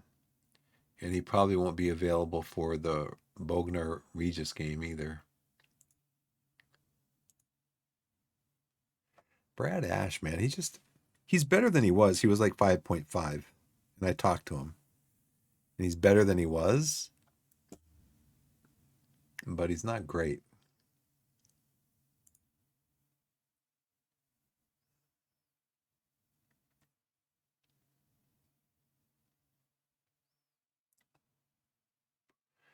just doesn't train well. Here's the game. Vanderbilt South Preview. Torquay and Maidstone provide top billing. Barnes eligible for professional contract. I know. Torquay under 18s win as Woolley impresses. Every week it's a new player that's impressing. I watched Torquay under United under 18s emerge victorious against Taunton Town. Drew Woolley's performance of particular interest to me. Got injured. We took a concert then Taunton defense. 3-0.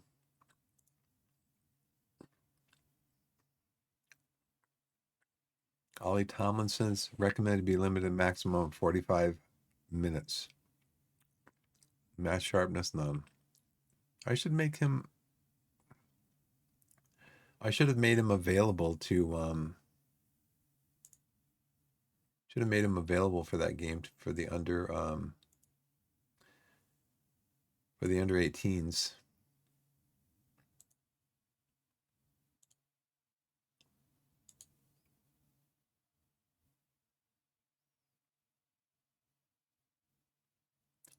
Should have made him available for that. Get him up, match fitness up.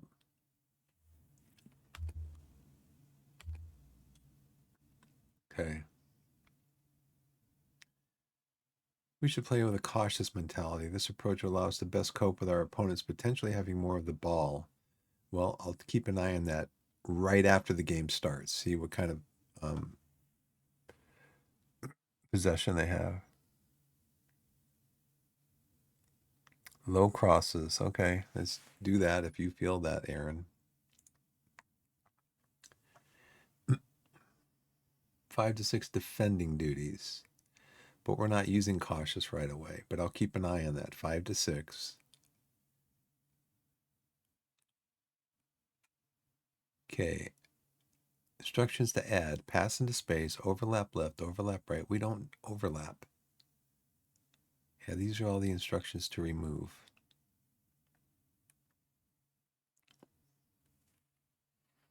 Yep. Oh, why did you change this? I did not change that. You changed it, Aaron. Aaron. This is what I want. We got these guys too, working together. We got Brad Ash, Jenkins Davies, AJ Weston, Austin Booth. Okay.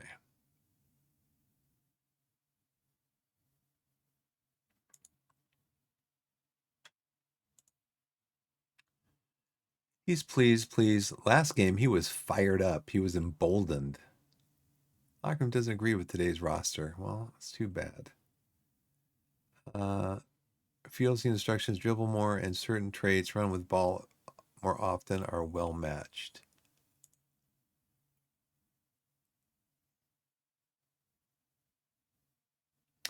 Who is their starting striker?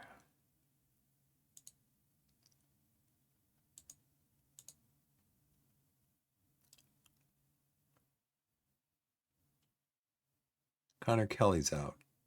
So it's got to be the bigger guy.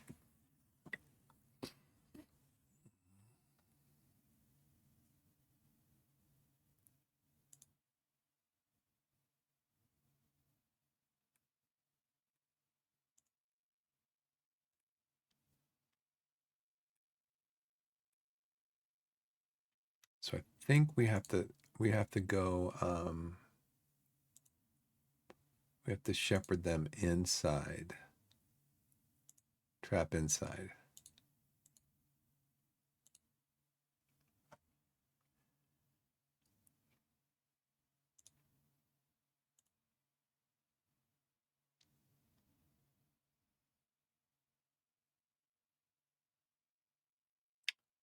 Composed. Look to gain confidence. Everybody's composed and motivated. Good.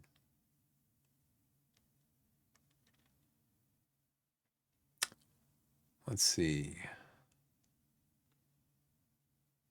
Who do they have up here? Fall. Okay.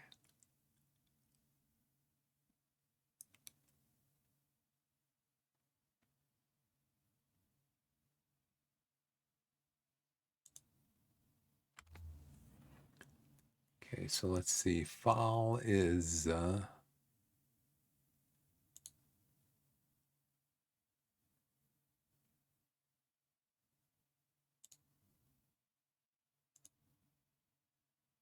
he is 6'5" and he is 11. So yeah, we need to funnel him inside, is what I was told.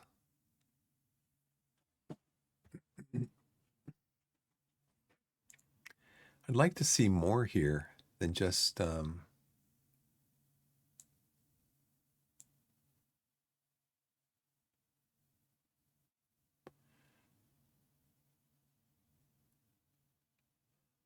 like to see like 2 lines of stuff here. Maybe that's in maybe since I changed, maybe I need to go back into preferences since I changed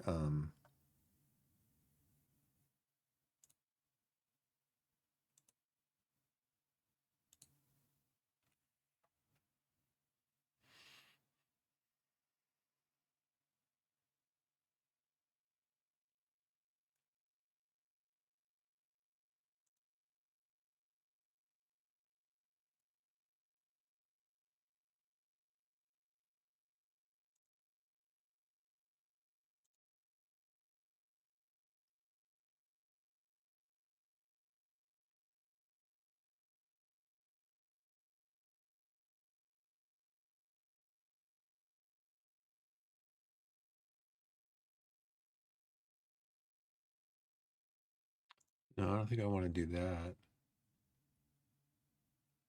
Depending on context, highlight important panels on overview.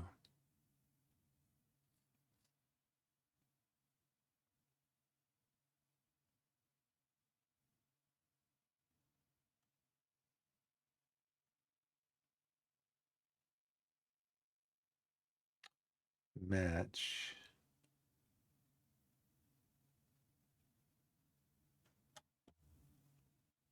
And match. Show match time. Use plain colors. Show all players' names. That's pretty much it.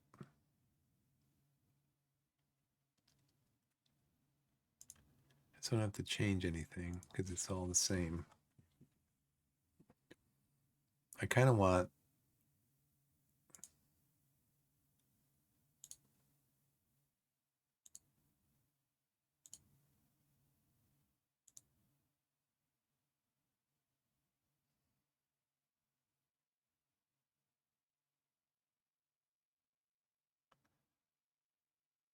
do do do do do do do do.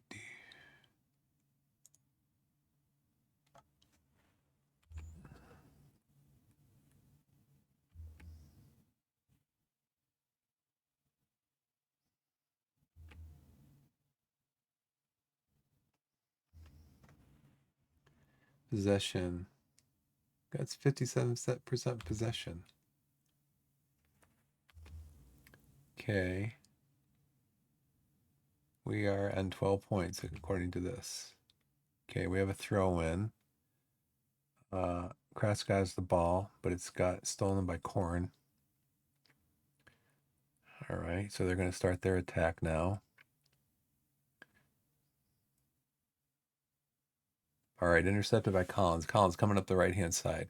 Stolen back by, who is that? Foul. He's the 6-foot guy. What's he doing back here? Well, he works hard, I guess.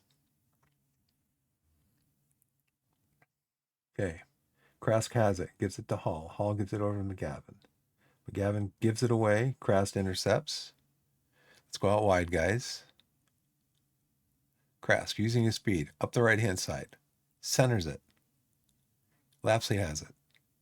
He scores from how many yards out? 20 yards out?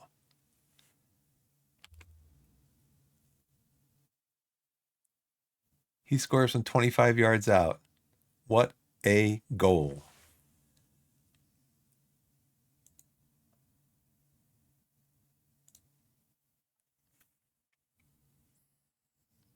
Man, what a strike.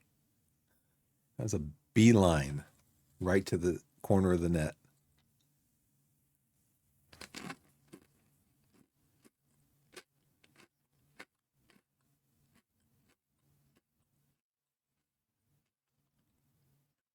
Move up to 11th.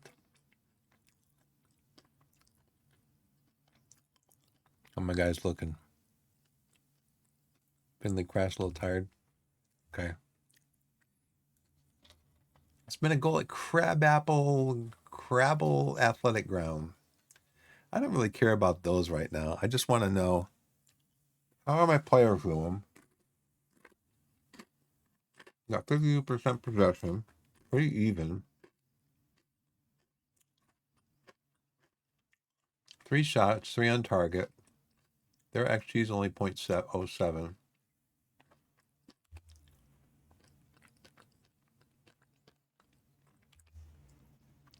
Asa Hall's what, the captain? That's what that means.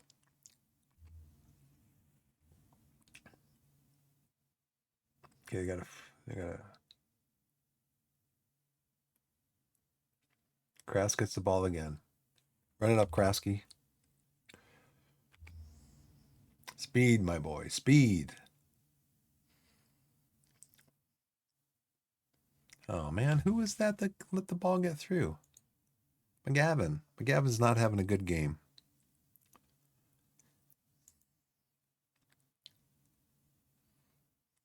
Maybe I should do a touchline shout. Focus. Like the second time you lost the ball.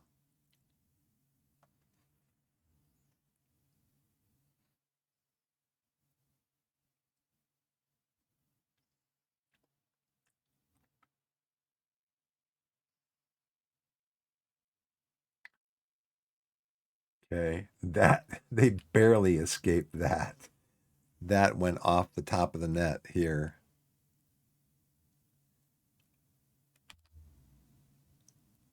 Can we get out without a goal being scored? Get into halftime.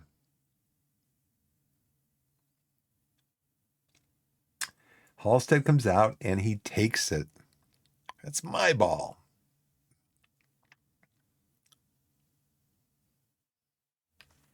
Who was that cleared the ball? It was Krask, it said. So Krask got up over 6'5" fall. And Krask clears it. Okay, it's halftime. Based on the observation staff analysis, how much complaints should we have following feedback? Crossing is particularly poor today. Oh, you wanted me to do, didn't he want me to do flat crosses, Aaron? Didn't you want me to do flat crosses? Hey, Shroom. What's going on? And Wick, how's it going? Let's see. He wanted me to do flat, low crosses. How about mixed? Let's mix it up.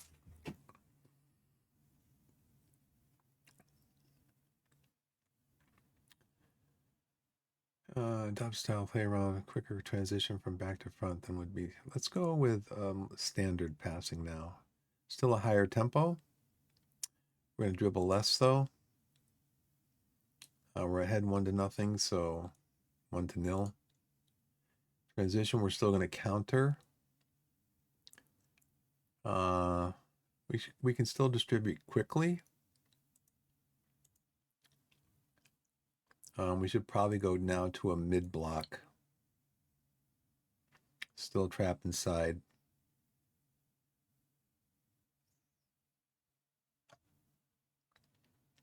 And let's see, should we trigger the press? Let's come there to standard. Actually, you know what? Let's keep pressing. Our guys are doing okay. They look pretty fit.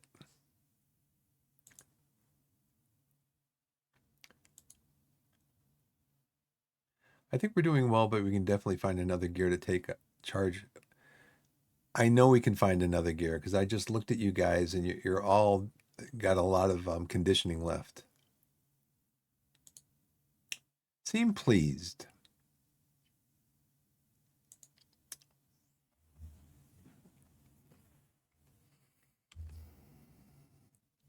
Torquay shop map. What I want to see is a heat map.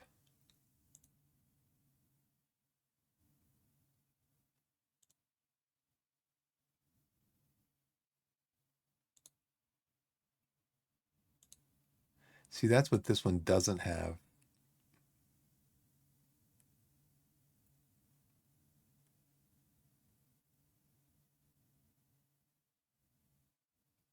This one does not have a heat map.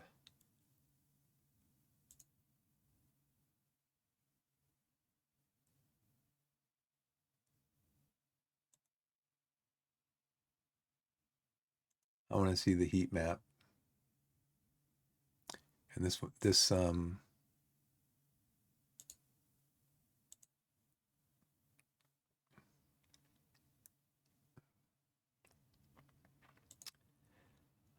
this skin does not have it.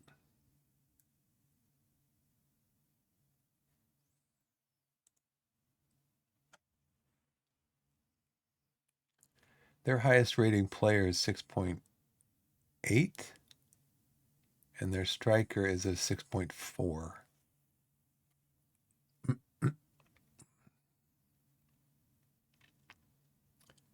De Silva's good, good, good. I like where you can see appeared interested. That's great. That's great.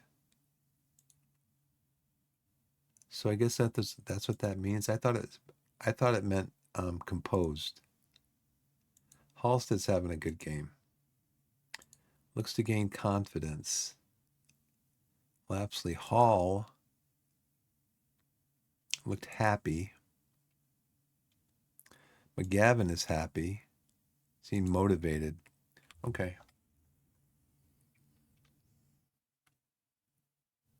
Okay, free kick.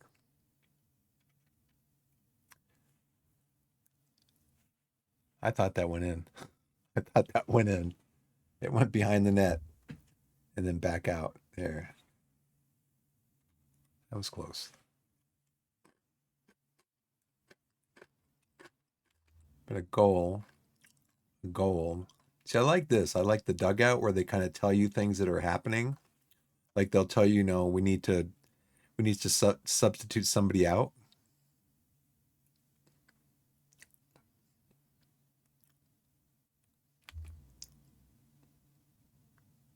Silva's fair, fair.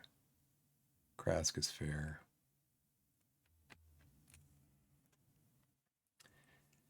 Okay, so should we do any substitutions? Let's see. Please, please, nervous. Why is he? They're all playing okay, having a good game. I don't know why he's nervous. Um,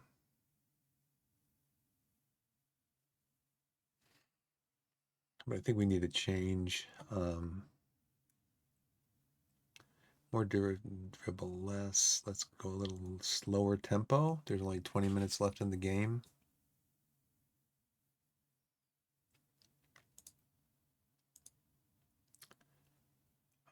We can still counter. Let's slow down the pace. Let's take longer kicks. No, let's roll it out. Let's do the short kicks. It's been working. Let's do short kicks. It's been working. We're in a mid block. Go to low block. Still trapping inside.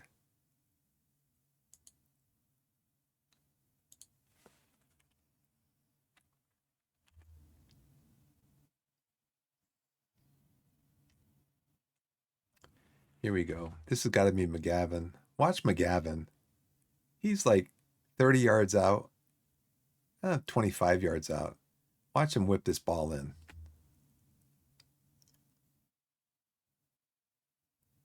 Right up here. Oh, hit the post. Hit the post.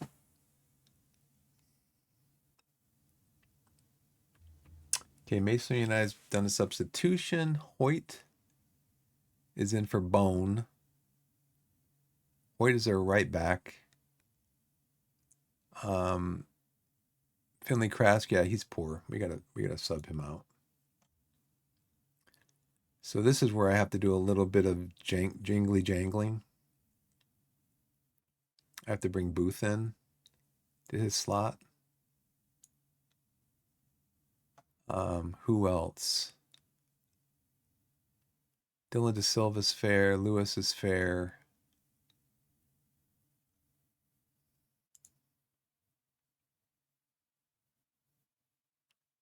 Let's maybe attack a little narrower.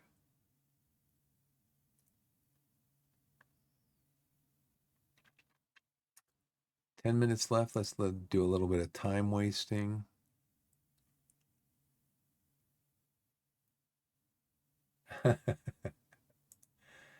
I'm your white noise, huh? Shroom? That's okay. I don't mind. I do the same thing. Um, let's see. Dribble less, be more disciplined. Okay, we can still work the ball in. Let's hold our shape for now.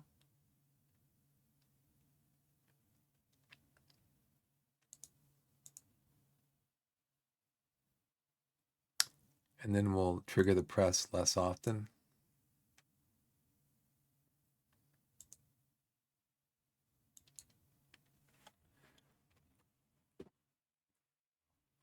They did bring on Obi too. Oh, new striker. I think he's pretty big too. He's 5'9", strength 11. He's not as big as the other guy though, so I think we still need to funnel him inside. I think.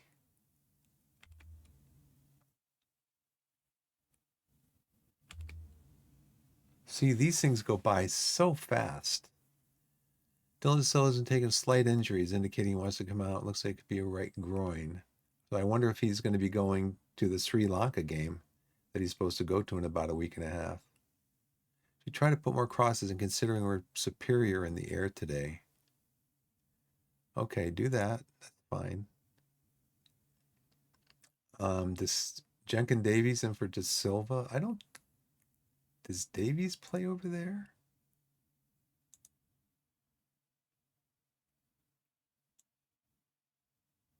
He can play over there.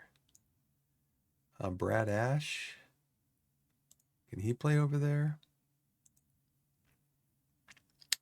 He is competent. Jenkin Davies is competent.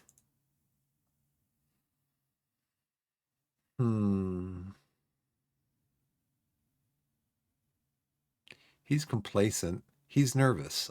So which one should I bring on? I should probably bring on the one that's got the better sharpness. What about Collins? Collins is he's tired also.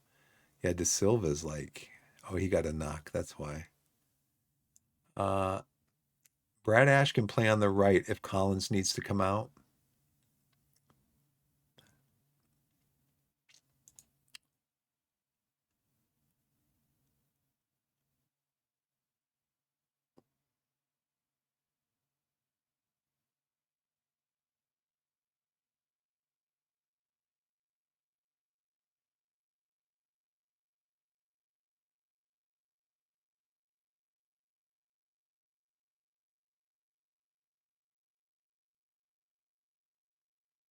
It's interesting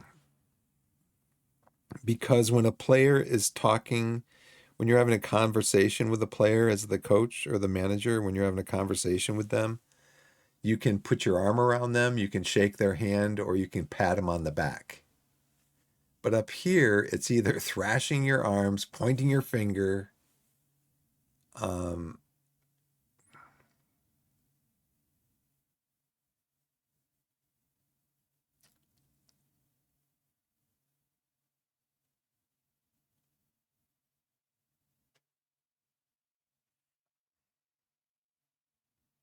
I'm not going to give a statement. I'm just going to send them out. I don't want to freak them out.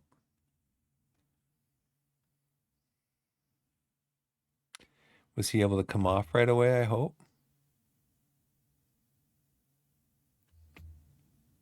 Okay, we're going to shut the game down. We are going to defensive. We're going to attacking width, fairly narrow. We're going to lower the tempo more. Shorter passes, greater ball retention, time wasting. I don't want to get a yellow card for time wasting. Dribble less. Regroup, hold face down. Let's take long kicks.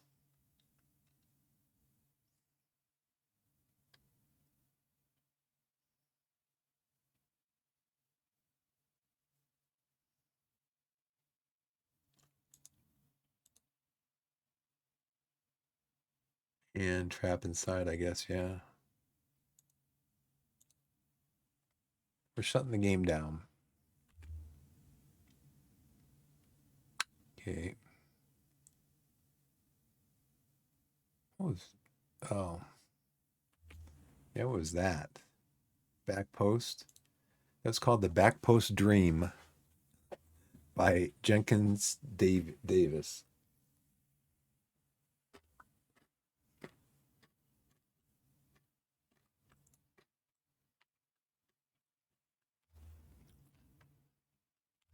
Hmm.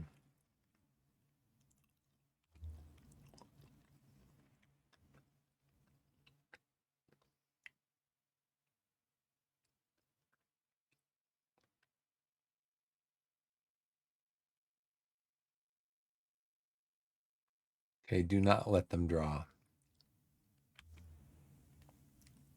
Okay, let's give them a shout.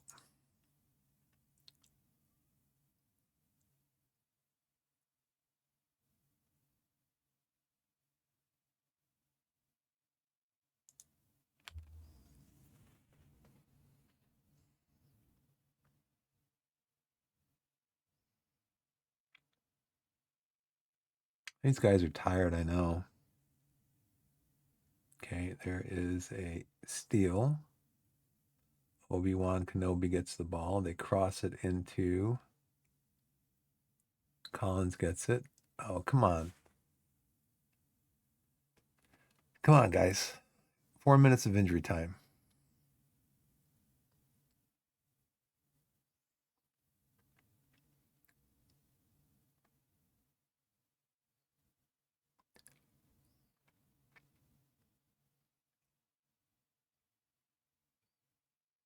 Okay, why are you guys kicking the ball down the field? I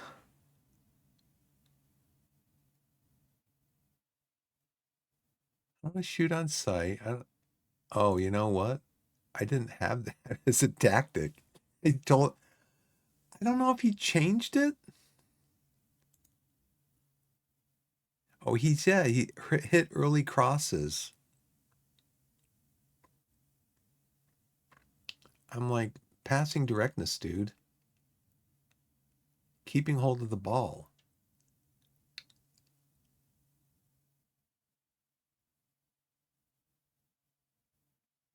Taking their time with the ball and often retaining possession or gain. So I'm going to keep it up here because I don't want them losing the ball because they're doting on the ball.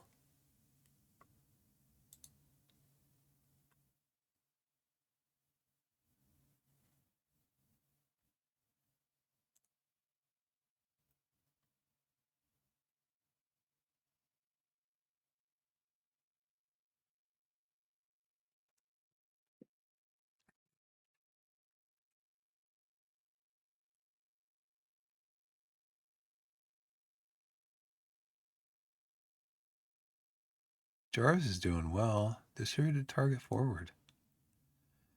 Let's see. Out of possession. Low block.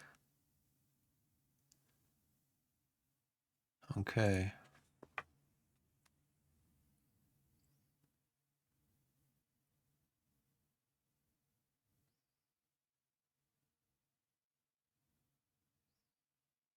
All right, Lapsley. Let it rip. Let it rip.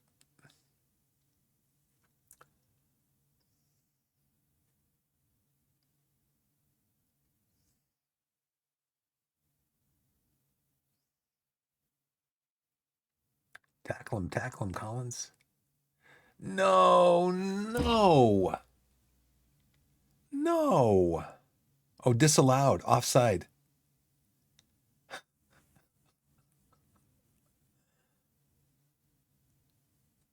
He's offside by a half yard.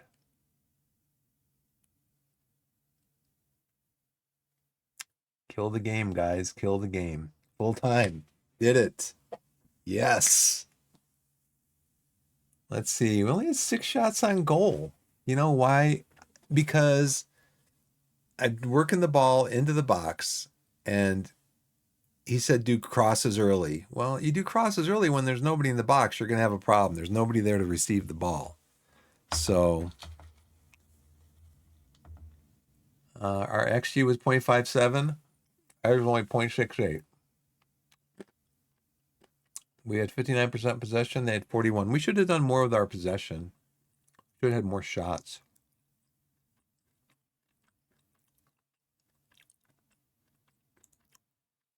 This is what I want. It's not available in this skin. I think I'm going to switch back to the other skin. Our average player position, we averaged 4 players in their half of the field. They averaged 3 in ours. A lot of their work came in the midfield. You see the heat map, the brighter the color here, that means their possession happened in these areas more where there's brighter color. You see this the whole final third, they barely got into, they barely retained any possession in the final third. We did along our left flank. That's where De Silva plays. And then more so over here, we had more possession going up into their half of the pitch. I like these looks. It really tells you a lot. We dominated in midfield. Our midfield 3, McGavin, Lapsley, and Hall, they just dominate games. They're really good.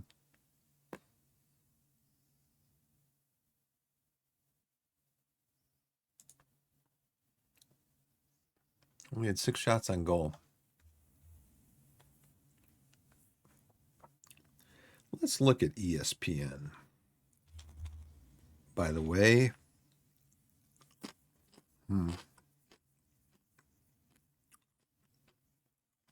well,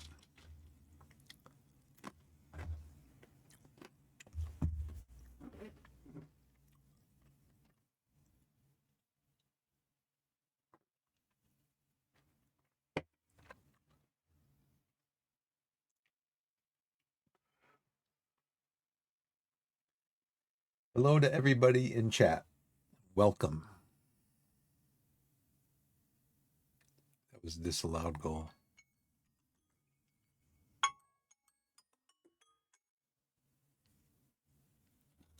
11:30.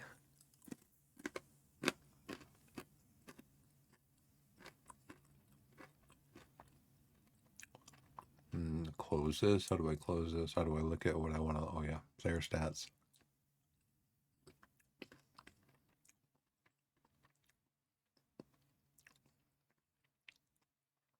Kraus completed 75% of his passes. Who was in here? Weston didn't play. Ash didn't play. Lovett didn't play. De Silva. Be nice if when you clicked on this, it would highlight the line. Only 21 passes, 85%. He came off in the 83rd minute, so 3 attempts, he completed one of his 3 attempts. He made 2 tackles. He's actually pretty good at tackling. Aerials, he only completed about one of his aerials. And then Lapsley,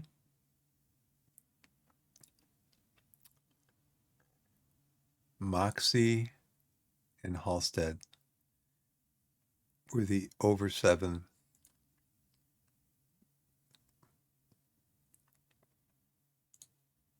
Already looked at that one.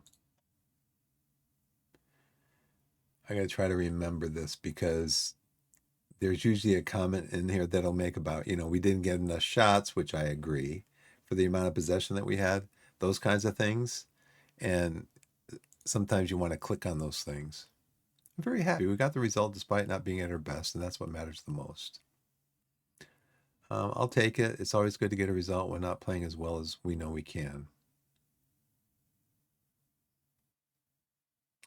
I'll say I'm happy. They look delighted.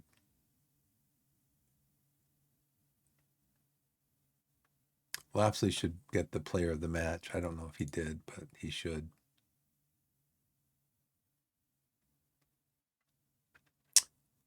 Panorama South, Torquay Edge tight Maidstone contest. Maidstone enjoyed a considerable size advantage, weighing an average of 19 pounds more per player, but were unable to overcome their lighter opponents, perhaps proving that on a mild autumnal afternoon, at Plainmoor at least, brains are more important than brawn. Center midfielder Tom Lapsley gave Torquay the lead with a screamer from 23 yards. It was a screamer. With the help of a deflection in the 13th minute. In a low-key affair, the fixture was marred by a succession of fouls by Maidstone that prevented the match from ever truly getting into a rhythm. Torquay had the better of the possession, but often wasted it with too many wayward shots from long range. We did? We only had 6 shots. How can you have too many wayward shots from long range? I guess if you have 6 shots and 2 of them from long range, then that's 33% of your shots are from long range. So I guess, yeah, that could be wayward. Torquay have climbed above Chelmsford to 11th in the Vanarama National League South. Torquay have won 4 of their last 5 home league games. And he is the player of the match. Deservedly so. I want to see if I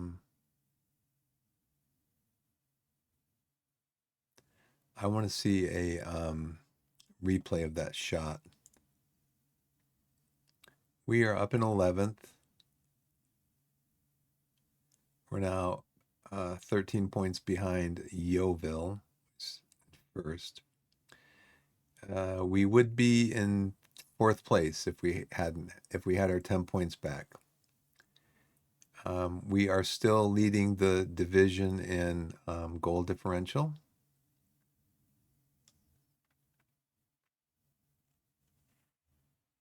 So right now, if the season ended right now, the board would be very happy because I'm mid-table.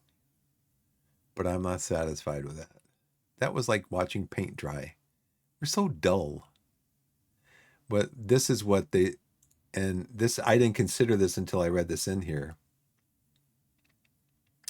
It was a low-key affair. The fixture was marred by a succession of fouls by Maidstone that prevented the match from ever truly getting into a rhythm. So that's why we never got into a rhythm, because they kept fouling us. Yeah, we defended well, but who cares? We all just want to see more goals, don't we? Yeah, right. We have got absolutely no creativity in this side whatsoever. Badly needs addressing. Yeah, be quiet. Okay, let's go out. Let's go here. I want to see his highlights.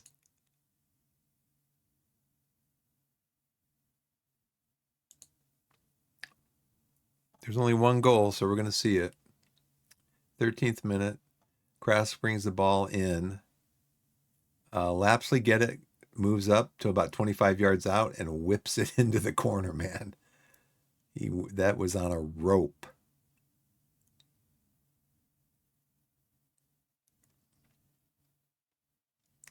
Yeah, match report. Yeah, Maidstone had 16 fouls on us, man. How many yellow cards did they have? None. 16 fouls, no yellow cards. That means with 11 players on the pitch, well, 10, not because the goalie's not going to probably get a yellow card. They're not out there fouling. That's an average of about what 1.6 fouls per player and no yellow cards. See, I want to see more stats. I want to see the players that got how many players got the yellow cards, or how many players got the fouls. Can I see that level of detail?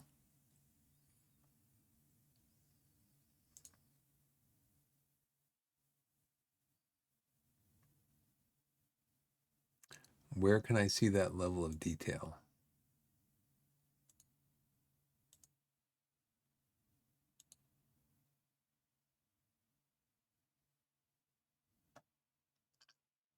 Where do I see that level of detail?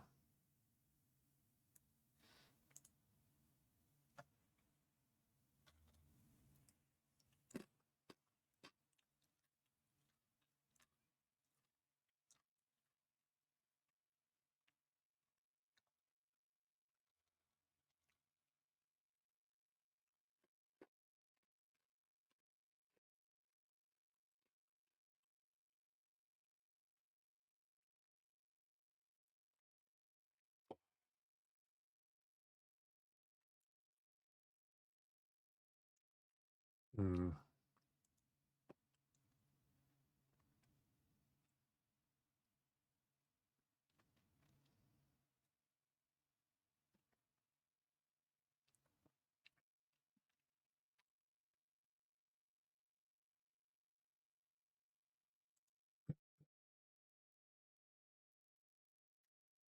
Where do I see that level of detail for this game?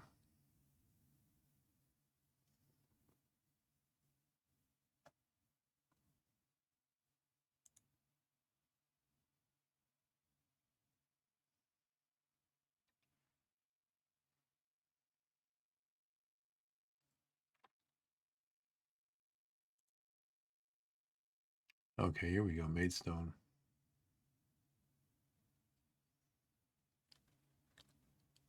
Tackling, does it say key fouls? Alex Touche had 2. Sadi had 2. 2, 2, 4. So this guy had 4 fouls. He was their striker. He had 4 fouls and he never got carded. If you watch a match, if you watch a Premier League match, you'll see the referee going up to a player with a yellow card and they'll be pointing to the field like, okay, you had a foul over here, you had a foul over here, this is your third foul, you're getting a yellow card, quit fouling people. They'll point out the spots where the player got a foul. This guy he fouled my players 4 times, never got a yellow card. That's not right. Next time we're going to tackle him hard.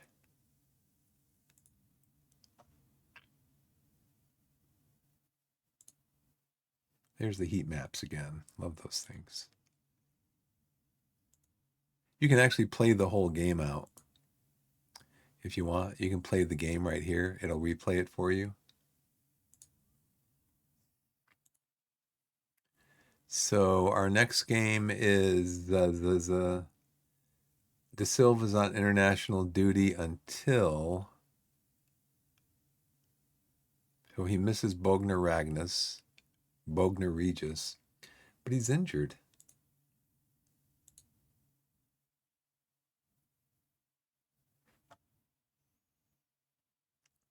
I took him off because he was injured.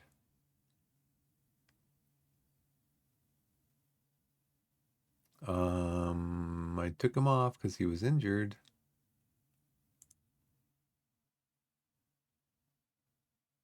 Could I say, can I just say I don't want him going on international duty?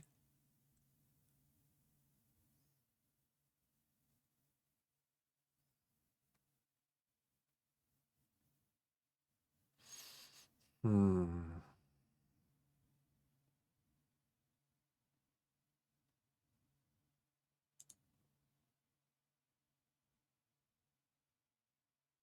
Current training workload for Silva is causing a high risk of injury.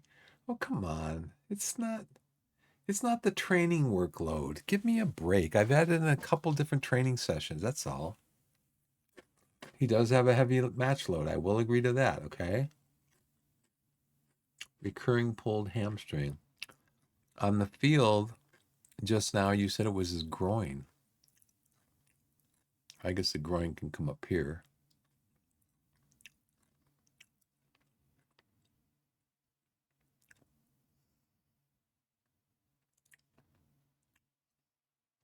I won't get anything. I won't get a report on an injury until tomorrow.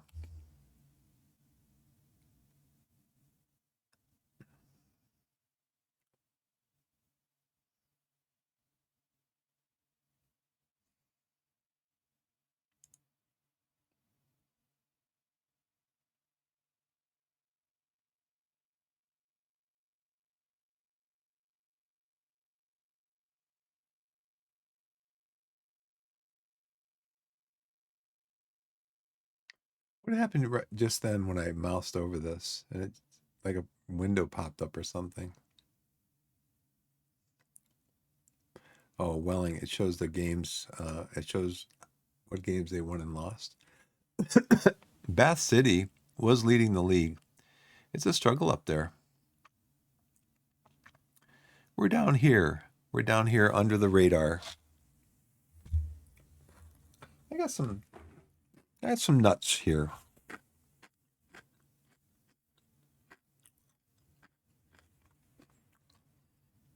I'm probably gonna.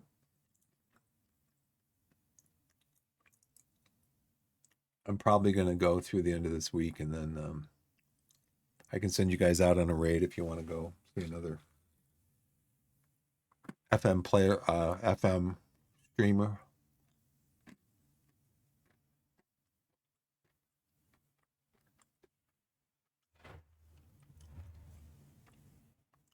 Looks good. Looks good. Looks good. Everything on the stream seems to look good. Last night, I have to apologize if anybody was watching last night. I was going to say this at the beginning of my stream. Was it last night or was it this afternoon? Anyways, I streamed this afternoon for a little while too. But anyways, I was streaming for a while, and then I'm looking. I'm checking my OBS here. Everything seems to be fine. And then I look over, and Twitch says it's off. It's offline. I look at my Twitch stream health offline. I'm like, but OBS still says I'm streaming. So I went out, I closed out Twitch, restarted up, closed out again, restarted up again, and finally it came back up. And then I started streaming again. I'm like, so how long have I not been streaming? When did it go down? I don't know.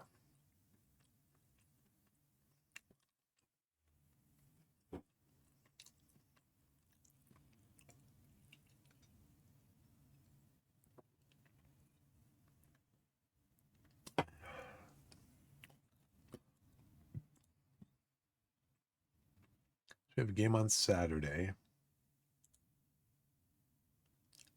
What's Silva's out. He's traveling to join up. I had to sub him out of the game because he was injured. Well, let's go to that email. Match report.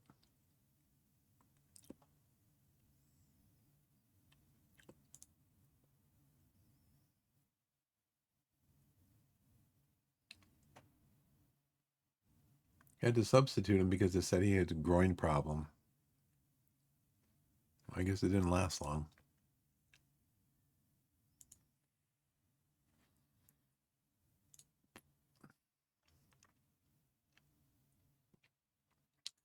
So De Silva is being removed from the squad. Who's coming in to replace him?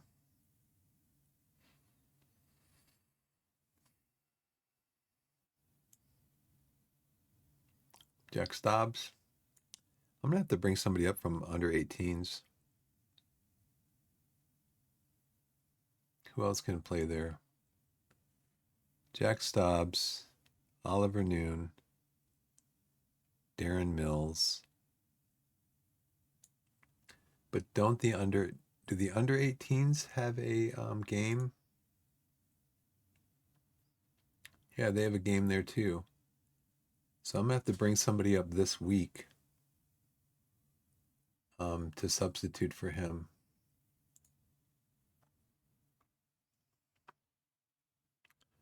Who is my best right back? The under 18 squad.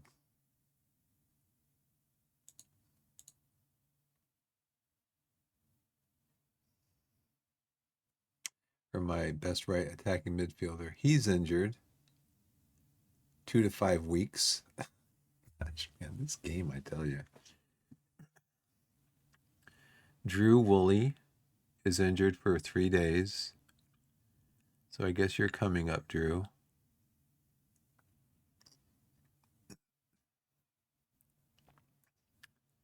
Midfielder right. Now I need midfielder left.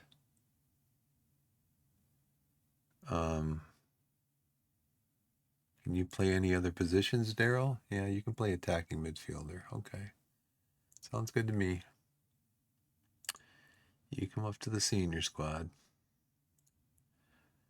Now let's see. Who else? That's it. Oh, Oliver Noon also. So Noon, you can play.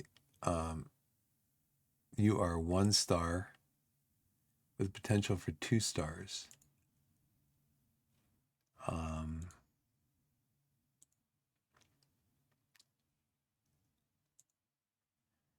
Who I just brought up.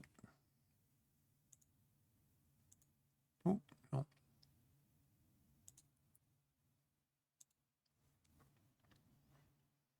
Darren Mills. You're a 1 star with the potential for 4 stars. Okay, so you're on the senior squad. Zola.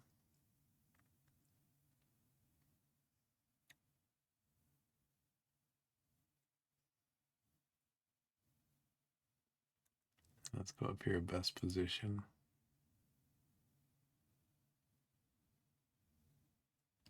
Again. Let's go position.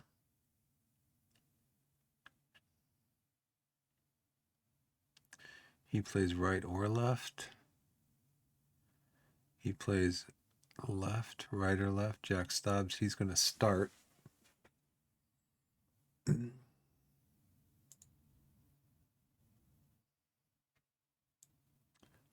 Stobbs going to start.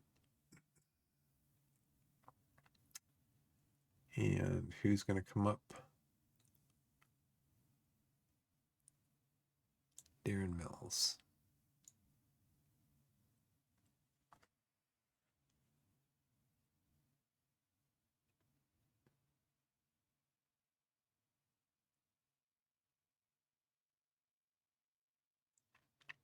Player has reacted badly to collective win bonus.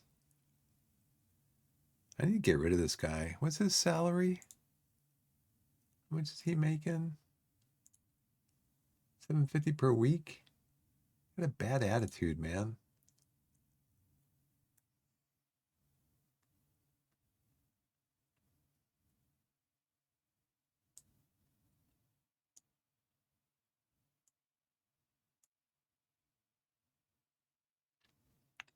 Where is my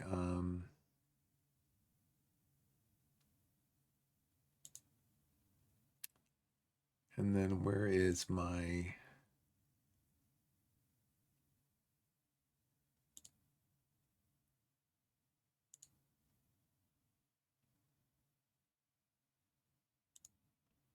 There we go. Seems to change all the time. I have to adjust it all the time.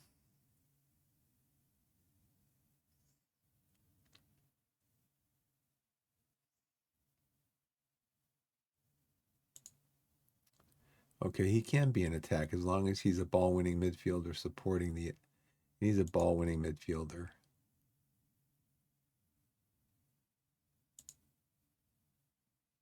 Now, see, if he's playing defense, he's got to come back as a support. No, he's got to come back as a ball-winning midfielder or a deep-lying playmaker support. No, that's why we're putting him up here, ball-winning midfielder, defend. Putting you up here as a advanced playmaker, attack. No.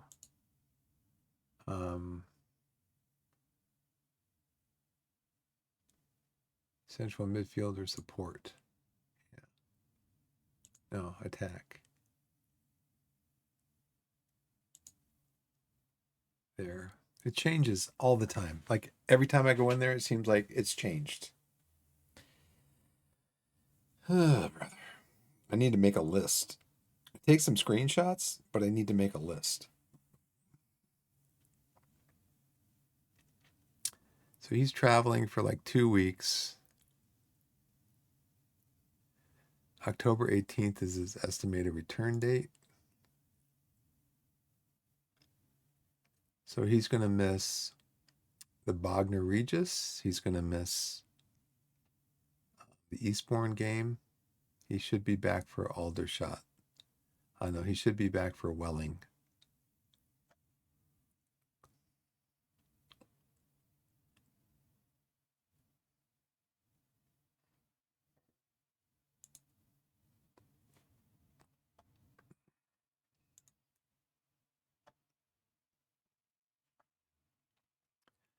Let's go through one more day. See if we get any mail. So we're in 11th place. Top goal scorer in the division is Aaron Jarvis, 10 goals. Highest average rating is Aaron Jarvis, 7.61. Most assists is Daniel. Oh, this is for our team, right? Yeah.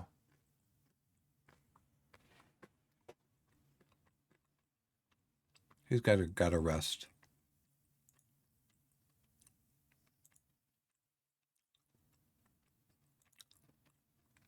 Yeah, we dominated the game.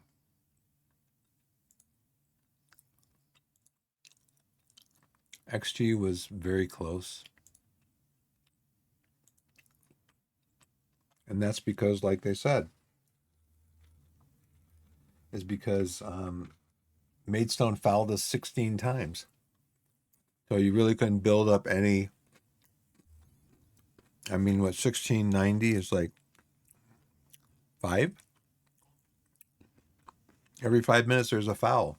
There's, on average, you can't build up any momentum. You can't build up any consistency. Because every time you do, they foul you.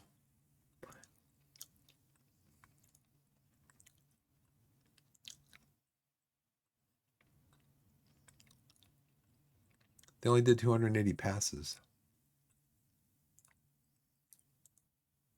We did 425.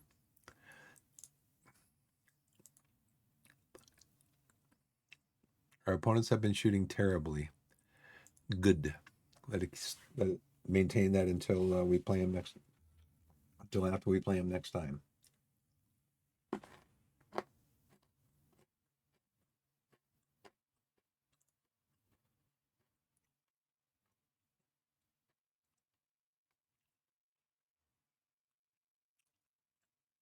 We weren't better than the opposition. Yeah, we were. If they weren't kicking us in the shins every 5 minutes, we would have scored like 3 or 4 more goals.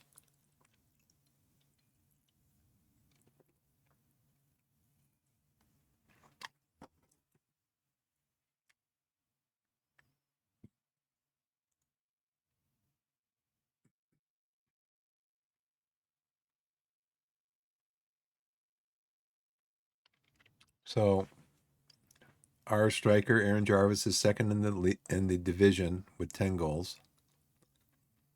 He's third in the division in average rating. Player of the match 5 times. Shutouts. Mark Hallstead has 6 shutouts. Our goalie leads the league in shutouts. Injury standings, we only have 1 player injured right now. Who are we playing next? Maidstone has 2. Next we're playing Weston Supermare, I think. They have 2 injuries. This is not a bad screen to visit.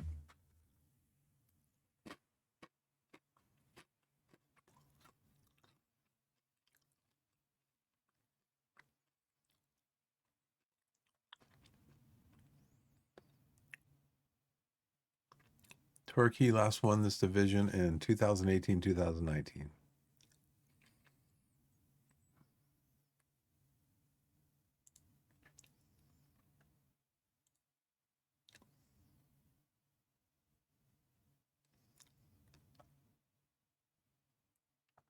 Our current form is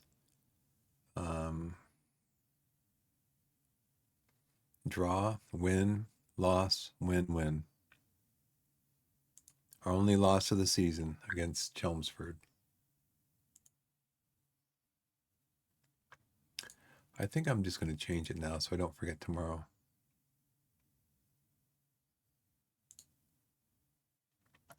Let's go to. We're going to go back to the. We're going to go back to this skin.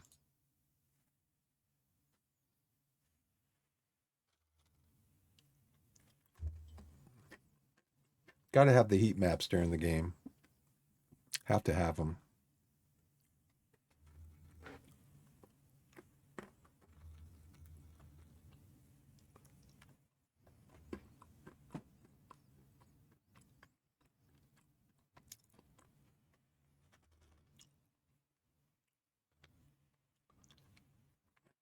I think that's going to do it for me, though.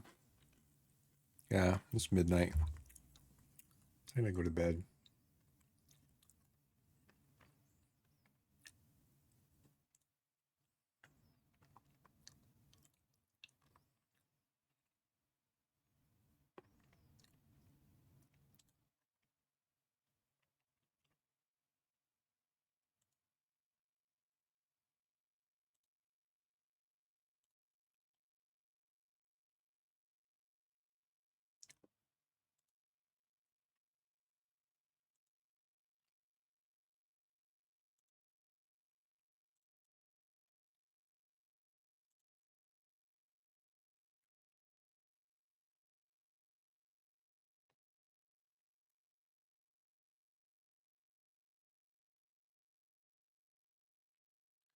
There is a screen that shows you.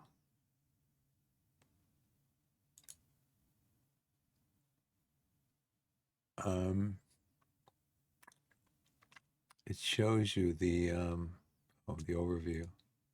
Here it is. Yeah, it shows you the grounds that they play on.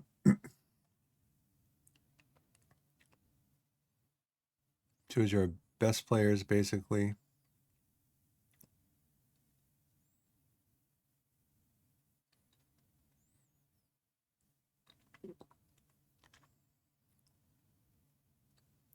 We have 33 goals in 13 games.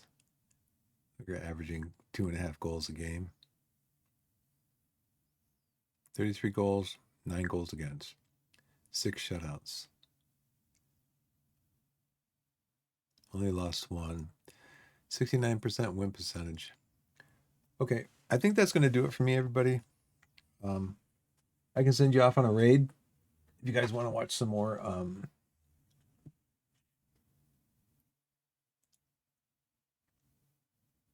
If you guys want to watch some more.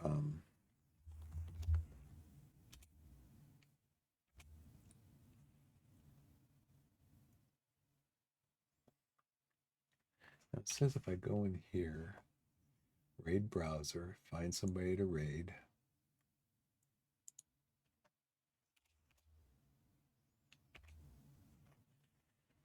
Let's see. Brentford Career Mode Episode 3.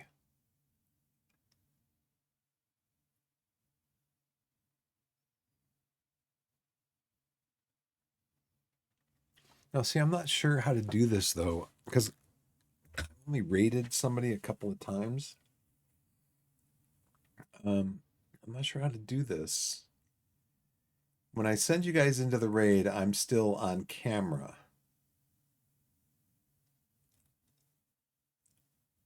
So I'm still streaming. So I guess I just stopped streaming, right? So I send you guys on the raid, I stop streaming, and I could put up one of my screens here. Let's see, what screen do I have?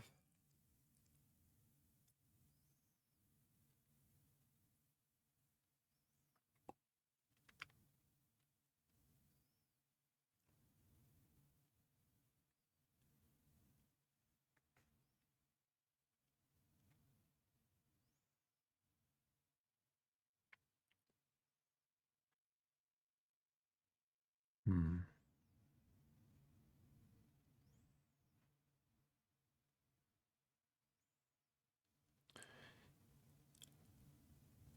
I guess I could do that. Let's see. So there's somebody here. Brentford Career Mode, Stewardy, Football Manager, Gonby, but they don't, they're not English speaking. Nope, nope, nope, nope, nope, nope, nope, back. Hmm. One viewer, two viewers. This is Spanish. Okay, I'm gonna send this over to Stewarty. And as I like to say, wherever you are in the wide world, whether it's morning, afternoon, evening, or night, put yourself in a position to be blessed and be blessed. And I'll see you next time. Thanks for watching, everybody. I'm going to send us over to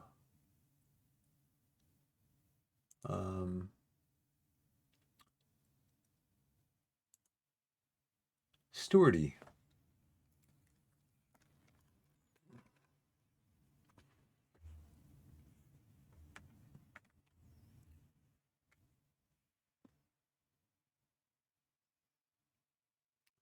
So you want to start the raid.